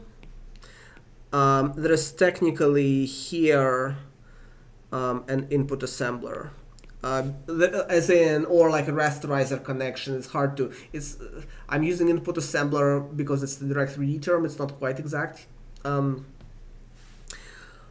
Basically, a thing that takes triangles, that takes vertices and indices from the mesh shader output, assembles them into primitives, as in triangles, and then produces barycentrics and whatever. Technically, rasterize does. It's not input assembler. It doesn't matter. So, like, there is still a fixed function stage here, which is, let's just call it rasterizer. And this will be more precise. All right. And the fragment shader, mostly others can do too. Some of these stages can also use texture units, right? That are not programmable. Rasterizer is not programmable.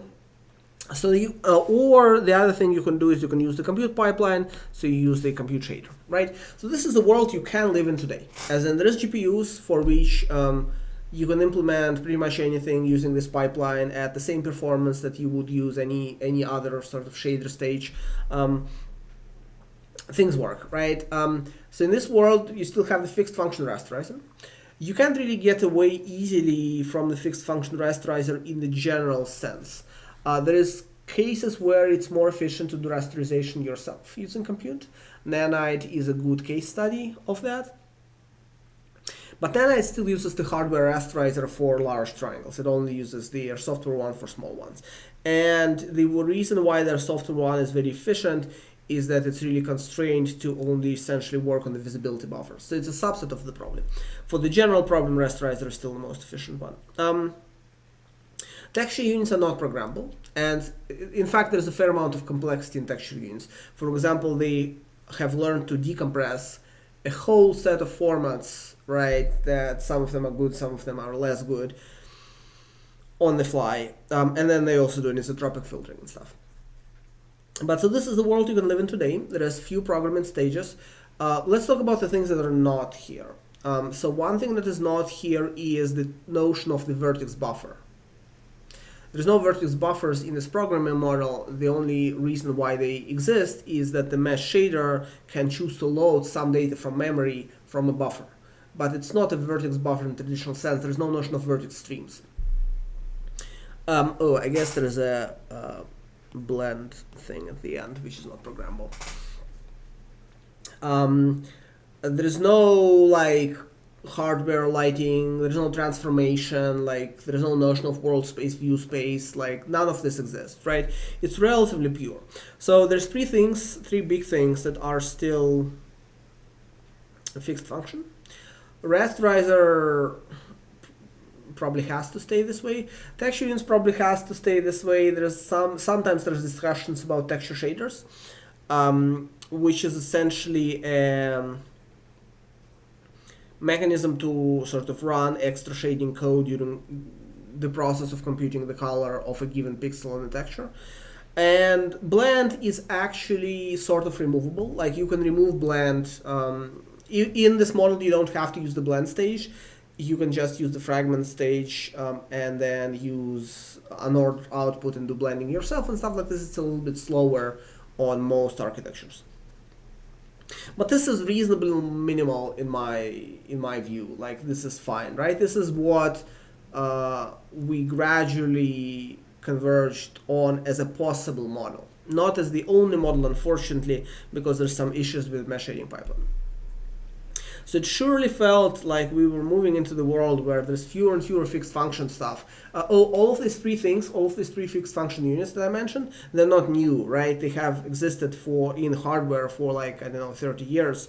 In fact, the first ever GPUs that only supported like one texture unit, that only could do perspective texture sampling, I think they did blending and they clearly rasterized triangles. So this is like almost a minimal viable. It's like there is this computational powerhouse, and next to it there is this hardware from 1990s that still does the same sort of things, right?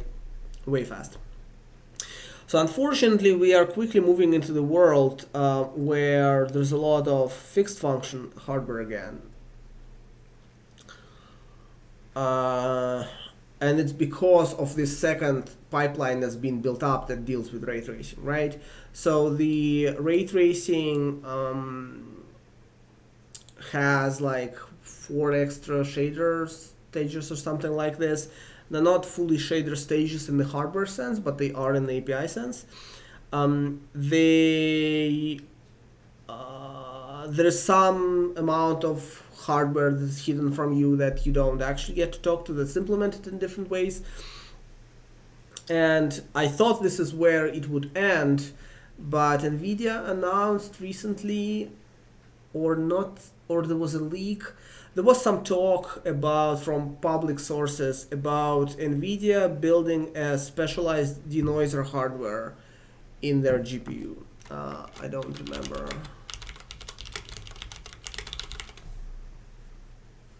Not this thing. So maybe this was a rumor.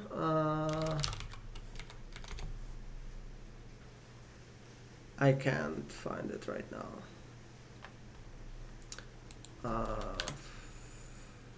Feature. This might have been.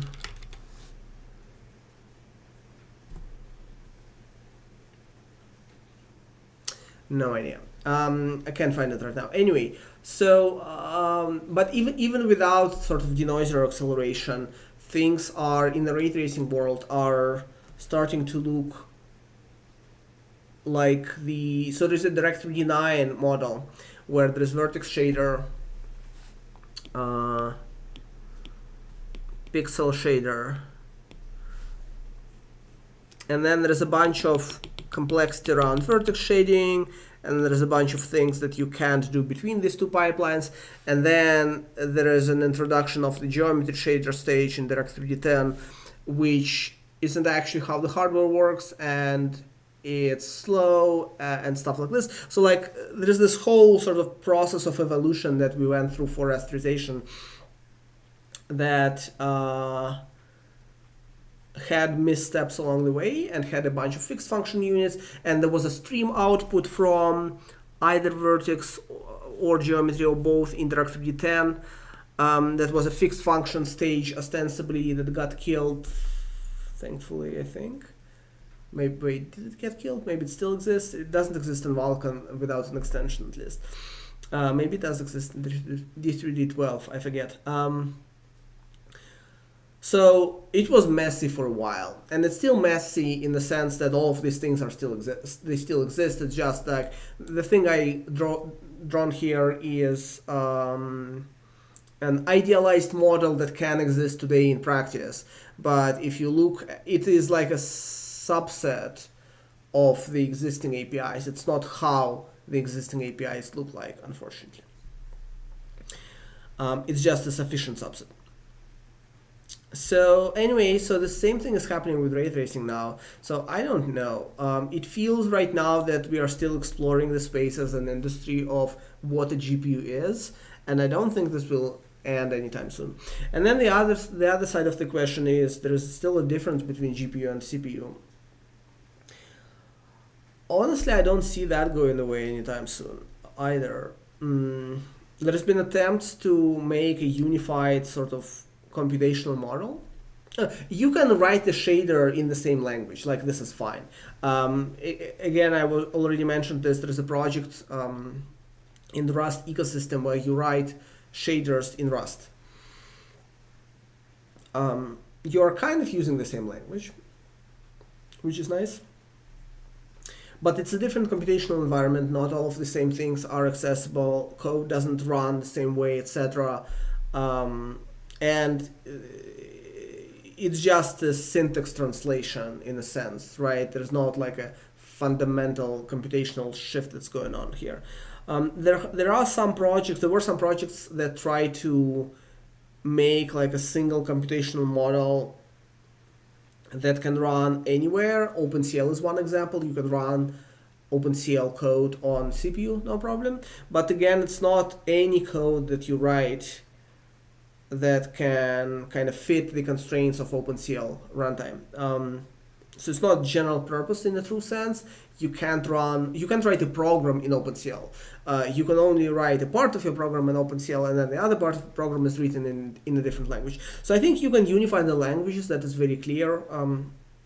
To some extent, you can argue CUDA provides an environment with mostly unified language because it's mostly the same language. It's even sometimes in the same source file.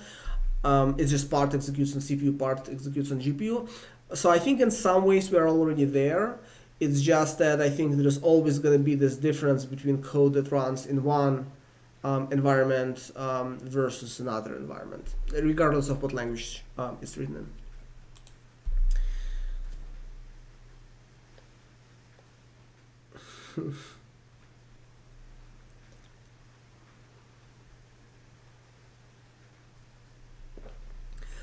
Do you think that OpenGL will get replaced by Vulkan in most graphics applications? As far as I'm concerned, this has already happened. There's people who may disagree, and it's okay. It's not technically true, as in, I don't know, I think Wayland compositor that I'm running probably still uses OpenGL. And there's definitely a lot of code that you run that uses OpenGL. Blender still uses OpenGL, etc. But there's two things to say about this. One is, I think it's fairly clear that OpenGL as an API doesn't really have a future. As in, things that are written in OpenGL will keep running, but I would be shocked if there is ever an OpenGL 5. I can take a 10-year bet that there is no OpenGL 5 in the next 10 years. Two, some OpenGL implementations now are not first class. As in, there is a proportion of OpenGL code, and I would expect that over time it's a growing proportion, that uses OpenGL as... think about this way. We put OpenGL on a pedestal of being a graphics API, expecting the driver to implement it. But think about this way. So there is a library, I don't know, there's library BGFX. Or we talked about Bevy just now. Or there's Augur 3D, it still exists. I don't know, there's like Roblox graphics library. Whatever other number like Skia for 2D, etc. Soko, which I think is available in Zig, maybe not. So all of this, we think about this as the application, as the framework layer, let's put it this way, right? And then they sit on top of the graphics API layer, which sits on top of the driver. So there's a driver here, which is your like NVIDIA AMD, and then there's GL, Vulkan, D3D, etc. Metal, right? Now, this is a little bit of an artificial distinction because it's already not true in practice. So, as in, it is possible to run a program that uses Direct3D on Linux, and the way this works is that D3D API is connected to the emulation layer that implements D3D on top of Vulkan, and then Vulkan calls go into the actual graphics driver, right? So this is a fluid world, but the mainstream sort of, but this VKD3D example is a little bit of a like emulation path. People think about this way, right? I think the mainstream understanding is, so there's the graphics APIs that are in my like middle layer, right? And then they exist to connect the driver to the application or to the framework that then connects to the application. Roblox is weird here because it's simultaneously an application, but also there's an internal graphics library. So let's, for simplicity, remove it from here to not like conflate things. Now, there is going to be a growing class of systems that don't have an OpenGL driver. It doesn't mean OpenGL doesn't work on the systems. What it means is that OpenGL is implemented in framework space. I wanted to say user space, but it's not quite right. And so these exist today. Most famously, Apple, basically on any Apple hardware from the last few years, there is not an OpenGL driver anymore. I think this applies to MacBooks as well. It definitely applies to the iPhones. MacBooks as in not Intel MacBooks, but like Apple MacBooks that also don't have any non-Apple graphics hardware. This means that OpenGL applications run there, just that OpenGL is implemented as a layer on top of Metal. There's no OpenGL driver. From this, in the sense, the OpenGL implementation like this is no different from BGFX or Sokol or Skia or whatever. It's just a library that sits on top of the actual driver interface that is implemented by your graphics driver vendor, right? If you run code on the web, you think you're using OpenGL through WebGL API, but actually you're using Direct3D most likely on Windows, because you're using Angle, which is again this like it's a similar example. So I think OpenGL as an API will exist for eternity, right? I don't think any given application that is using OpenGL, I don't think it's switching anytime soon to anything else. But I think OpenGL will steadily move from the position of being a graphics API to the position of being just a library that is provided for compatibility. You can still use it if you want to. You're not going to get top performance or feature or best features by doing this. So it kind of fades into this like irrelevant compatibility shim at some point, right? It's already true on Metal. Google is reportedly running on Android in certain cases without an OpenGL driver. Same example. I don't know if Microsoft sponsored write GL on Direct3D 12 layer at some point. I don't remember for what specific purpose, but like this is a thing that's gonna just keep happening, and at some point you will just not find the GL driver anymore. I don't know when this will happen. I'm sure Mesa will embed a GL driver for the next 10 years, but at some point it's just going to be completely irrelevant. OpenGL is just going to be completely relevant as a graphics API. It's just going to be there as a library, as a translation layer that talks to Vulkan or D3D or Metal, and then something else built on top of this. So I think it's just inevitable.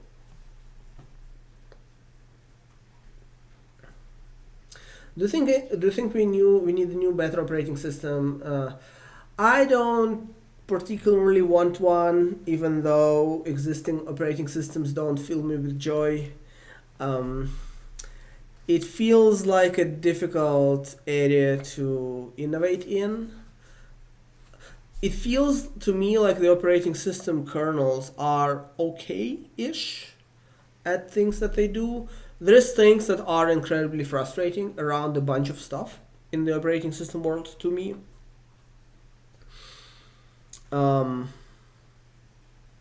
The situation, a lot of this has to do with the situation around I/O. Now, my understanding has been that on Linux, I/O U-Ring, which I haven't had a chance to play with yet, but I kind of want to, is actually making significant progress in the world of I/O. I/O has been the area where just like performance is devastatingly bad for decades. And before SSDs, you could point at the hard drive with the spinning disk in it and say, well, it doesn't matter what the operating system does. It's going to be slow no matter what, which wasn't quite true, but there was like a grain of truth there. Now with SSDs, what the hardware can do just drastically outpaces the normal operating system APIs. So my understanding is on Linux, IOU Ring makes significant progress in this area. There's other things around file systems that are incredibly frustrating though. On Windows, or there's solutions to these problems and stuff like this, but something I wanted forever are things like this. So let's say you're making a build system. And there's two things you want for a build system to work well. Not for any build system, but so the perfect build system needs two things from the OS. So one is, this is not where I'm writing, I don't know where we are, hold on. So one is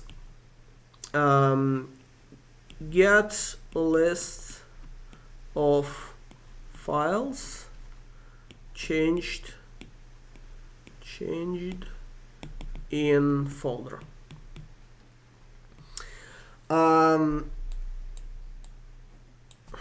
And the second one is for a given file, get content hash. It doesn't matter what the algorithm is, let's say MD5 for a file. So the second thing you can build yourself. You can open the file, read the contents, and then compute the hash. And that is going to be slow. Given the first thing, you can build a daemon that computes the second thing. Because you can keep an in-memory database of, or doesn't matter if it's in memory or not, but keep an in-memory database of hashes for files, and then constantly monitor the list of files changed, and then recompute the hashes. So really, 2 is kind of redundant if you have 1, but the reason I mentioned 2 is I think BIOS 30 years ago had support for 2. 1 is technically available sort of in Windows and Linux, but the mechanisms through which it's available have scalability issues and usability issues, as in it's really cumbersome to actually implement the code for this that works, and the Windows mechanism, and I think the Linux mechanism as well, can tell you, oh sorry, there were too many changes, so I guess I don't know what to do. If there are too many changes, then you have to fall back on something else to detect changes. But absent an actual mechanism in OS that tracks this, there is no mechanism that is robust and fast, and reasonably fast, and even like remotely fast. So how do we check if the file has changed? Most build systems use modification time and size, sometimes metadata for this. But it's a bad mechanism because there is some user level operations that don't update it properly. You can copy a file over another file. This copies the M time. It's terrible. It's all bad. Like so there's this classical problem with build systems where you ask the build systems to build and it produces garbage result. Or like there is a problem with the result. You're like, I don't trust the build system to have correctly computed what it needed to do. Let me clean the build and rerun the build. You do this and it works. There are several reasons for why this happens. The modification change is not the only one, but it's one of the issues that leads to like a class of problems around this. Anyway, so there's stuff like this. Again, you can kind of get it to sort of work. It's painful. It's not really available as a like just de facto thing that's fully robust and works. So in Linux there's iNotify. So I know all of the mechanisms that exist. It's just they're not like good enough for a few reasons. So I definitely have like a set of frustrations, right, with the kernel and stuff like that. But it's not a very large set. And I feel like the whole world of operating systems, like I don't want a new operating system, because even if the new operating system fixes all of these issues, What actually happens after this is that on top of the operating system, or on top of the kernel layer, you are building up application layers, programs and utilities, window managers, terminals, browsers, distribution channels for your operating system, like apps and stuff like this, binary file formats for executables, package formats. I feel like we are in a bad enough spot here already, from the point of there's too many things. Some of them work decently well, some of them don't work very well. People have spent decades working on some of them, so it's unlikely that you can make a new one and get better at this field in like a short period of time. And the biggest problem that I have today with the operating systems is actually not the specific operating system being broken in the specific way, but the fact that there's too damn many of them.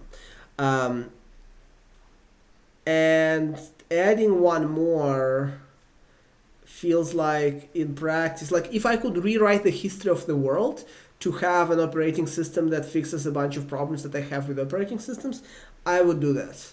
But since I can't do this, I actually don't want a new operating system, because I just don't see how it's going to be good, in how it's going to be a net benefit, right? And so, yeah, because of this, I'm kind of skeptical of things like Fuchsia and I guess things that people are building in Rust or whatever. Like, there's domains where you are okay with the new operating system. For example, there's domains of embedded software where you're actually coding to the bare metal, and you just want a very customizable OS-like layer on top of this to help you deal with hardware. This is the area where I think custom operating systems or customizable operating systems or whatever, like, fantastic. Great idea. Could be unikernel, doesn't have to be unikernel. Like, there's a bunch of stuff there. But in the sort of, when I think about the thing that runs on my phone or the thing that runs on my desktop, I would not want a new one. It feels like it's going to be a disaster if there's a new one. All right, we have crossed the 2-hour mark. Let me answer a couple more questions, a couple more remain, and then we will probably end the stream. I kind of have to go in 10 minutes maybe. Okay. Why does AMD not offer execute indirect in Vulkan, basically changing the PSO dynamically as the indirect parameter? Was there not? No, there wasn't. Yeah, I don't know. I mean, I think it's just the, I think execute direct in Directory 12 is probably the most sort of niche part of the API, so maybe just nobody got to it. So I did want to mention, so there's an NVIDIA generated, so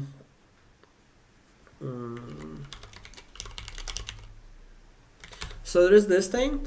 I think, is it true like RADV implements? I think there was some cross-vendor implementation. Oh yes, yeah. RADV is an interesting driver. It's written by people who don't work at AMD officially, I think, right?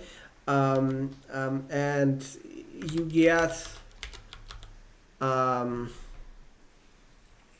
get this fun instances of like RADV just randomly implements a extension from another vendor for which there is no cross-vendor extension option.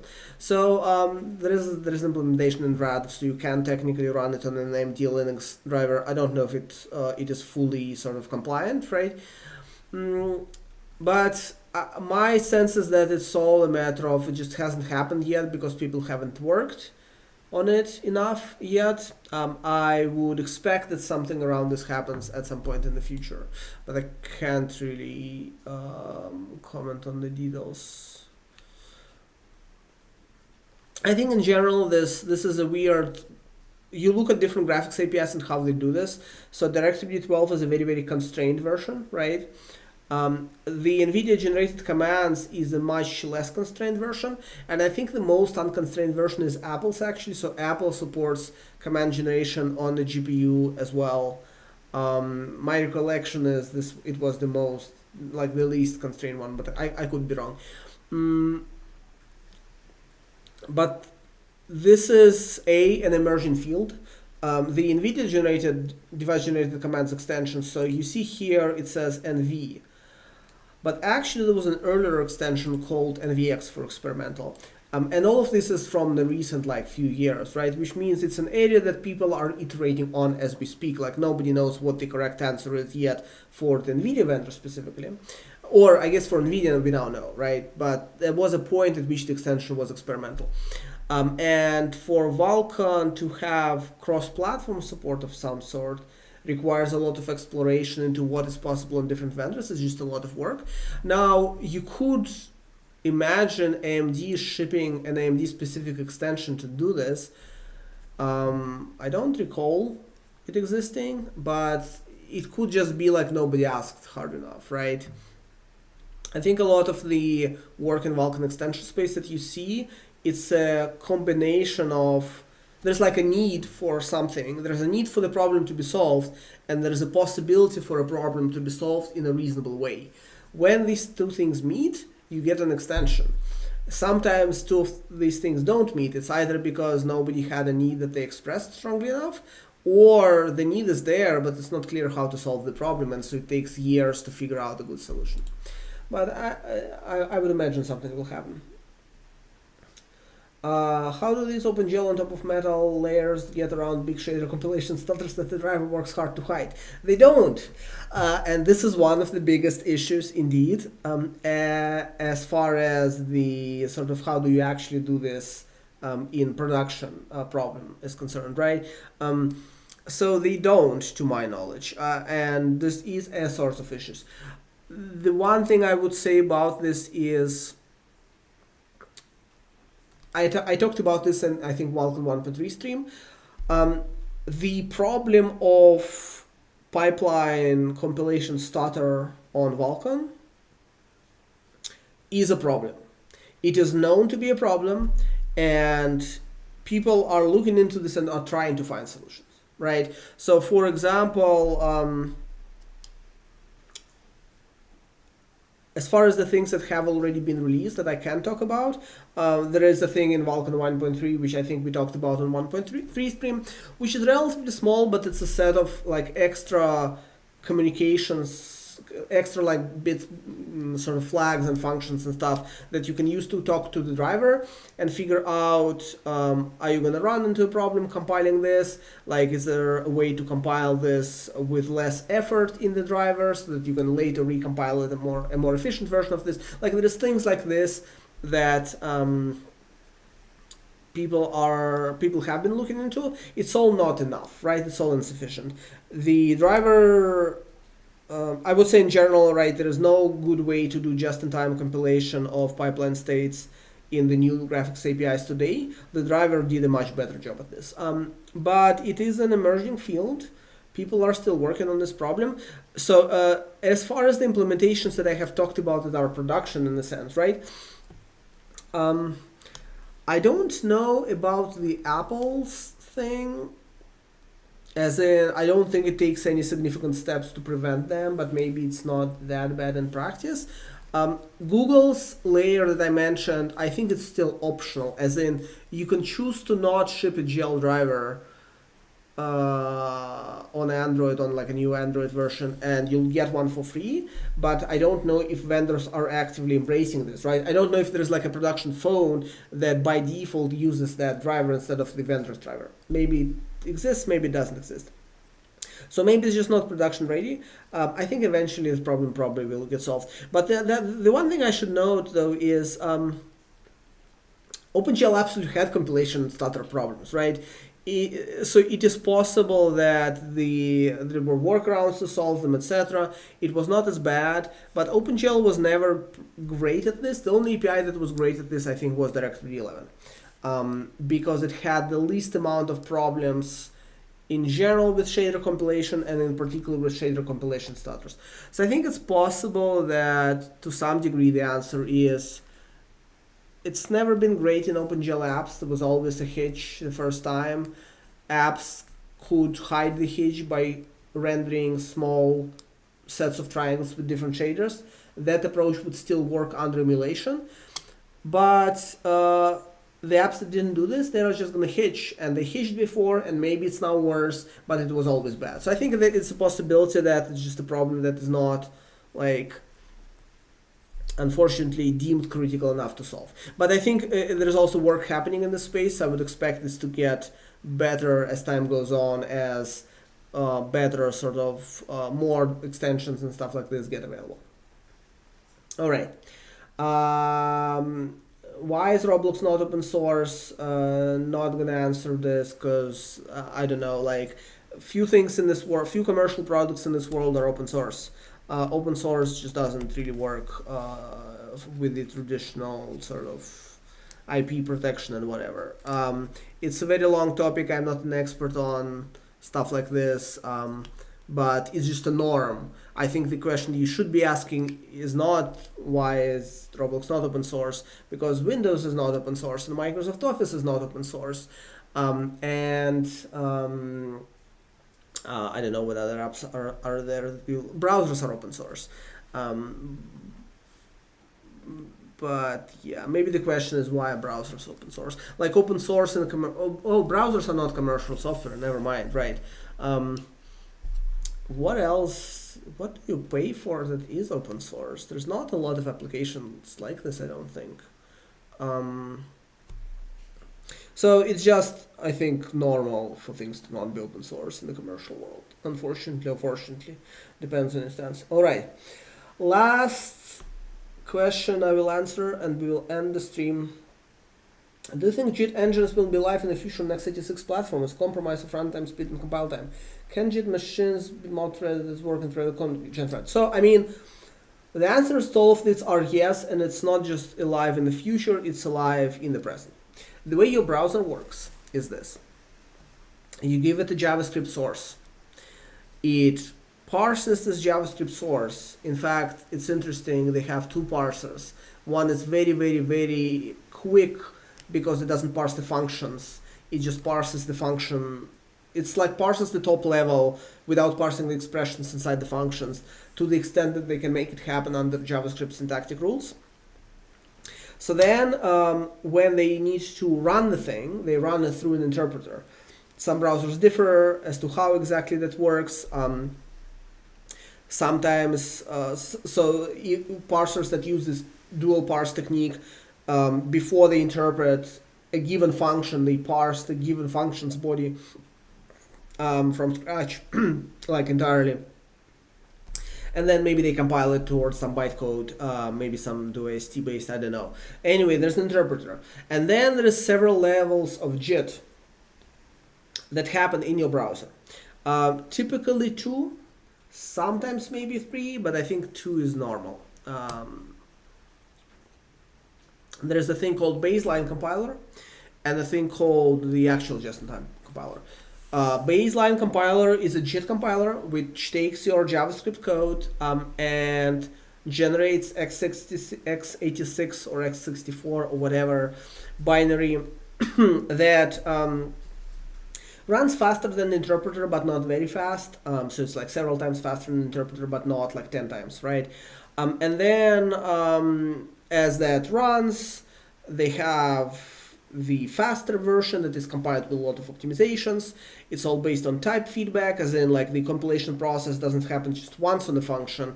It may happen again as the assumptions have changed. It may happen as you run it more often, etc. All of these things happen in background threads.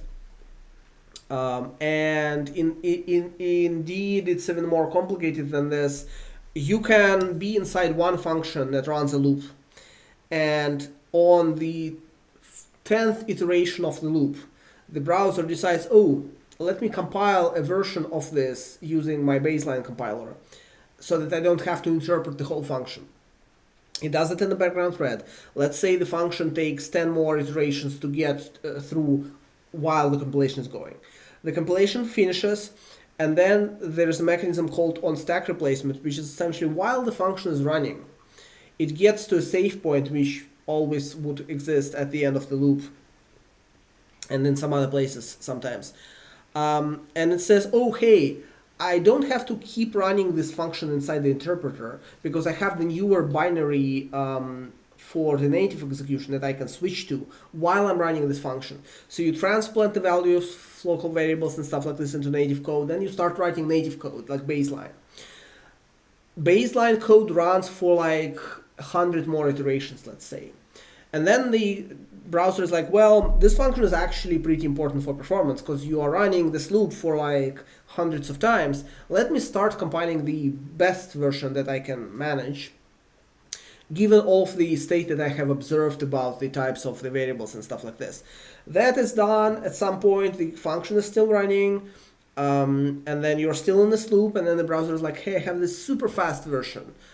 Let me substitute it as the function is running. And then what also can happen is you can go back in the stack, because during the execution, you can say, oh, actually, I'm running this just-in-time fast version that doesn't work anymore because my assumptions have changed. Something that was an integer became a string, which can happen in JavaScript. Let me go back. So this happens today. Every browser does this. And I don't think we are getting away from this model ever for browsers, right? So I think this is there today. This is there to stay. This is never going to go away. Now, are native programs going to switch towards JIT compilation, where today they work fine without it? I think the answer is no. There was a world that people like to live in where Java or C# or whatever would eventually be faster than C++ because the just-in-time compiler just knows more things about your program, and so it can do a better job compiling it. All of these things ended up being false, sort of. There's a truthful grain to this. I don't want to go into details, it's too long. But mostly these are false, so there is no world in which an existing static compiled language removes static compilation. I mean, it could happen, but it's never a good idea, so I don't think it would happen for any mainstream languages. And also, I would say the need for this there is a couple of specific things that the just-in-time compiler could, in theory, do better at. These two things have better solutions now. One of these things is the instruction selection, where, for example, you're running on a vector, you're running some loop, and the loop could be vectorized, but you don't know if the vector instruction set is available on the target hardware, so you don't do this. Whereas the JIT compiler could be like, oh, I can do this on this system, so I'm going to do this. This is not really a big problem. It's not as big of a problem, let's put it this way, anymore, because as time goes on, the baseline capability of vectorized instruction sets has greatly increased. And also in some non-x86 systems, there is forward-looking instruction sets like SVE on ARM that kind of just like remove a lot of considerations around why this problem was hard to begin with on the hardware level. Not all of them, but some of them. So I think long term there's just going to be less and less reason to do any just-in-time compile thing here. And also just the delta between like the baseline that you can expect on x64 is okay, and with a couple extra SSC instruction sets is just good. Like there's not a huge incentive to go past this, and even if you want to go past this, you probably want to use specialized vector compiler or libraries. Like the compiler can do the transformation for you, or it can do it from C++.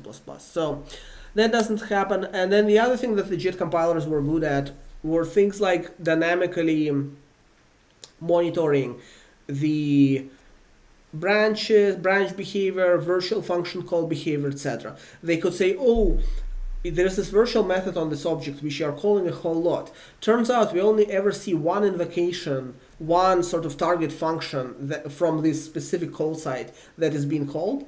So I'm going to inline it into the call site with a branch that says if we ever see different behavior, do some JIT de-optimization thing. Well, this is replaced by profile-guided optimization and link-time code generation, like the combination of these two, because these can do the exact same inspection But instead of doing this every time your program runs, you say, well, I'm going to run it on a representative set of test cases and then use the resulting knowledge to optimize.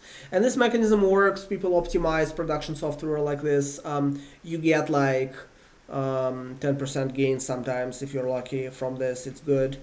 So there's just not a reason anymore to think that just-in-time can somehow be more efficient, honestly.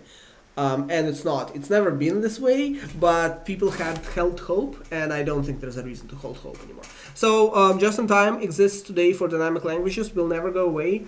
Doesn't exist for static languages, will not happen, I don't think. Just not a reason to expect. All right.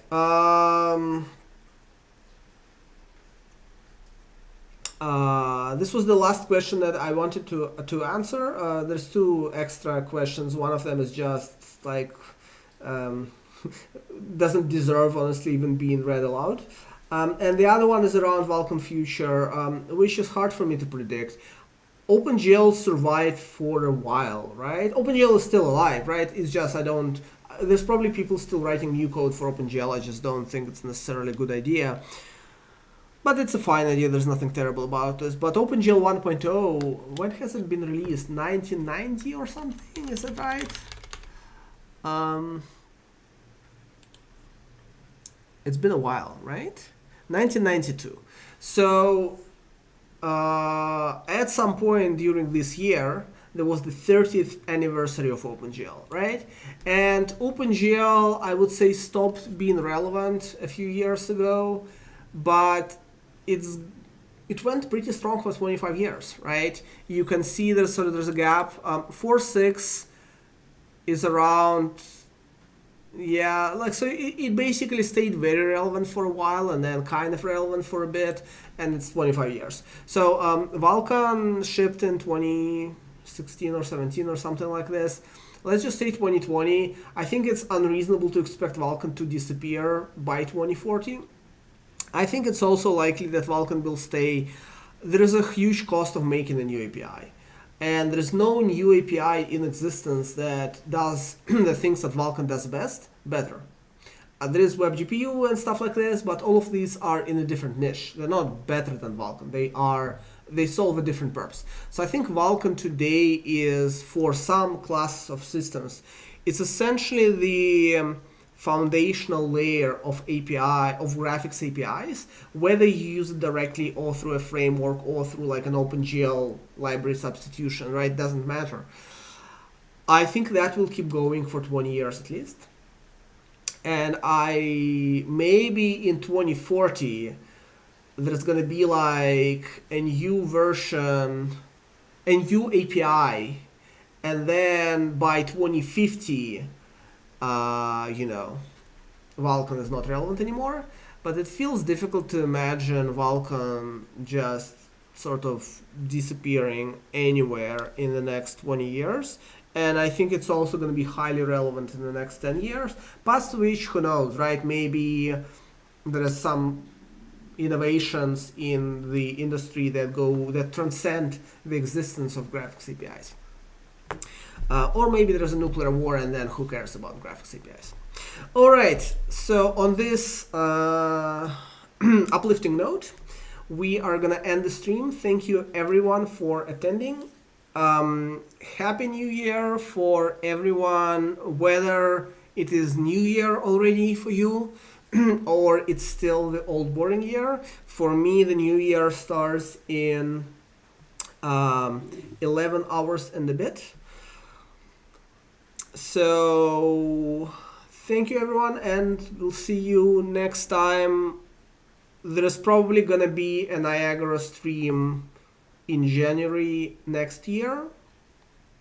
If you want to watch for sort of announcements for this, etc., they will be on Mastodon, maybe Twitter, maybe not Twitter. I'm not sure yet if I'm gonna go back to Twitter. We'll see. All right.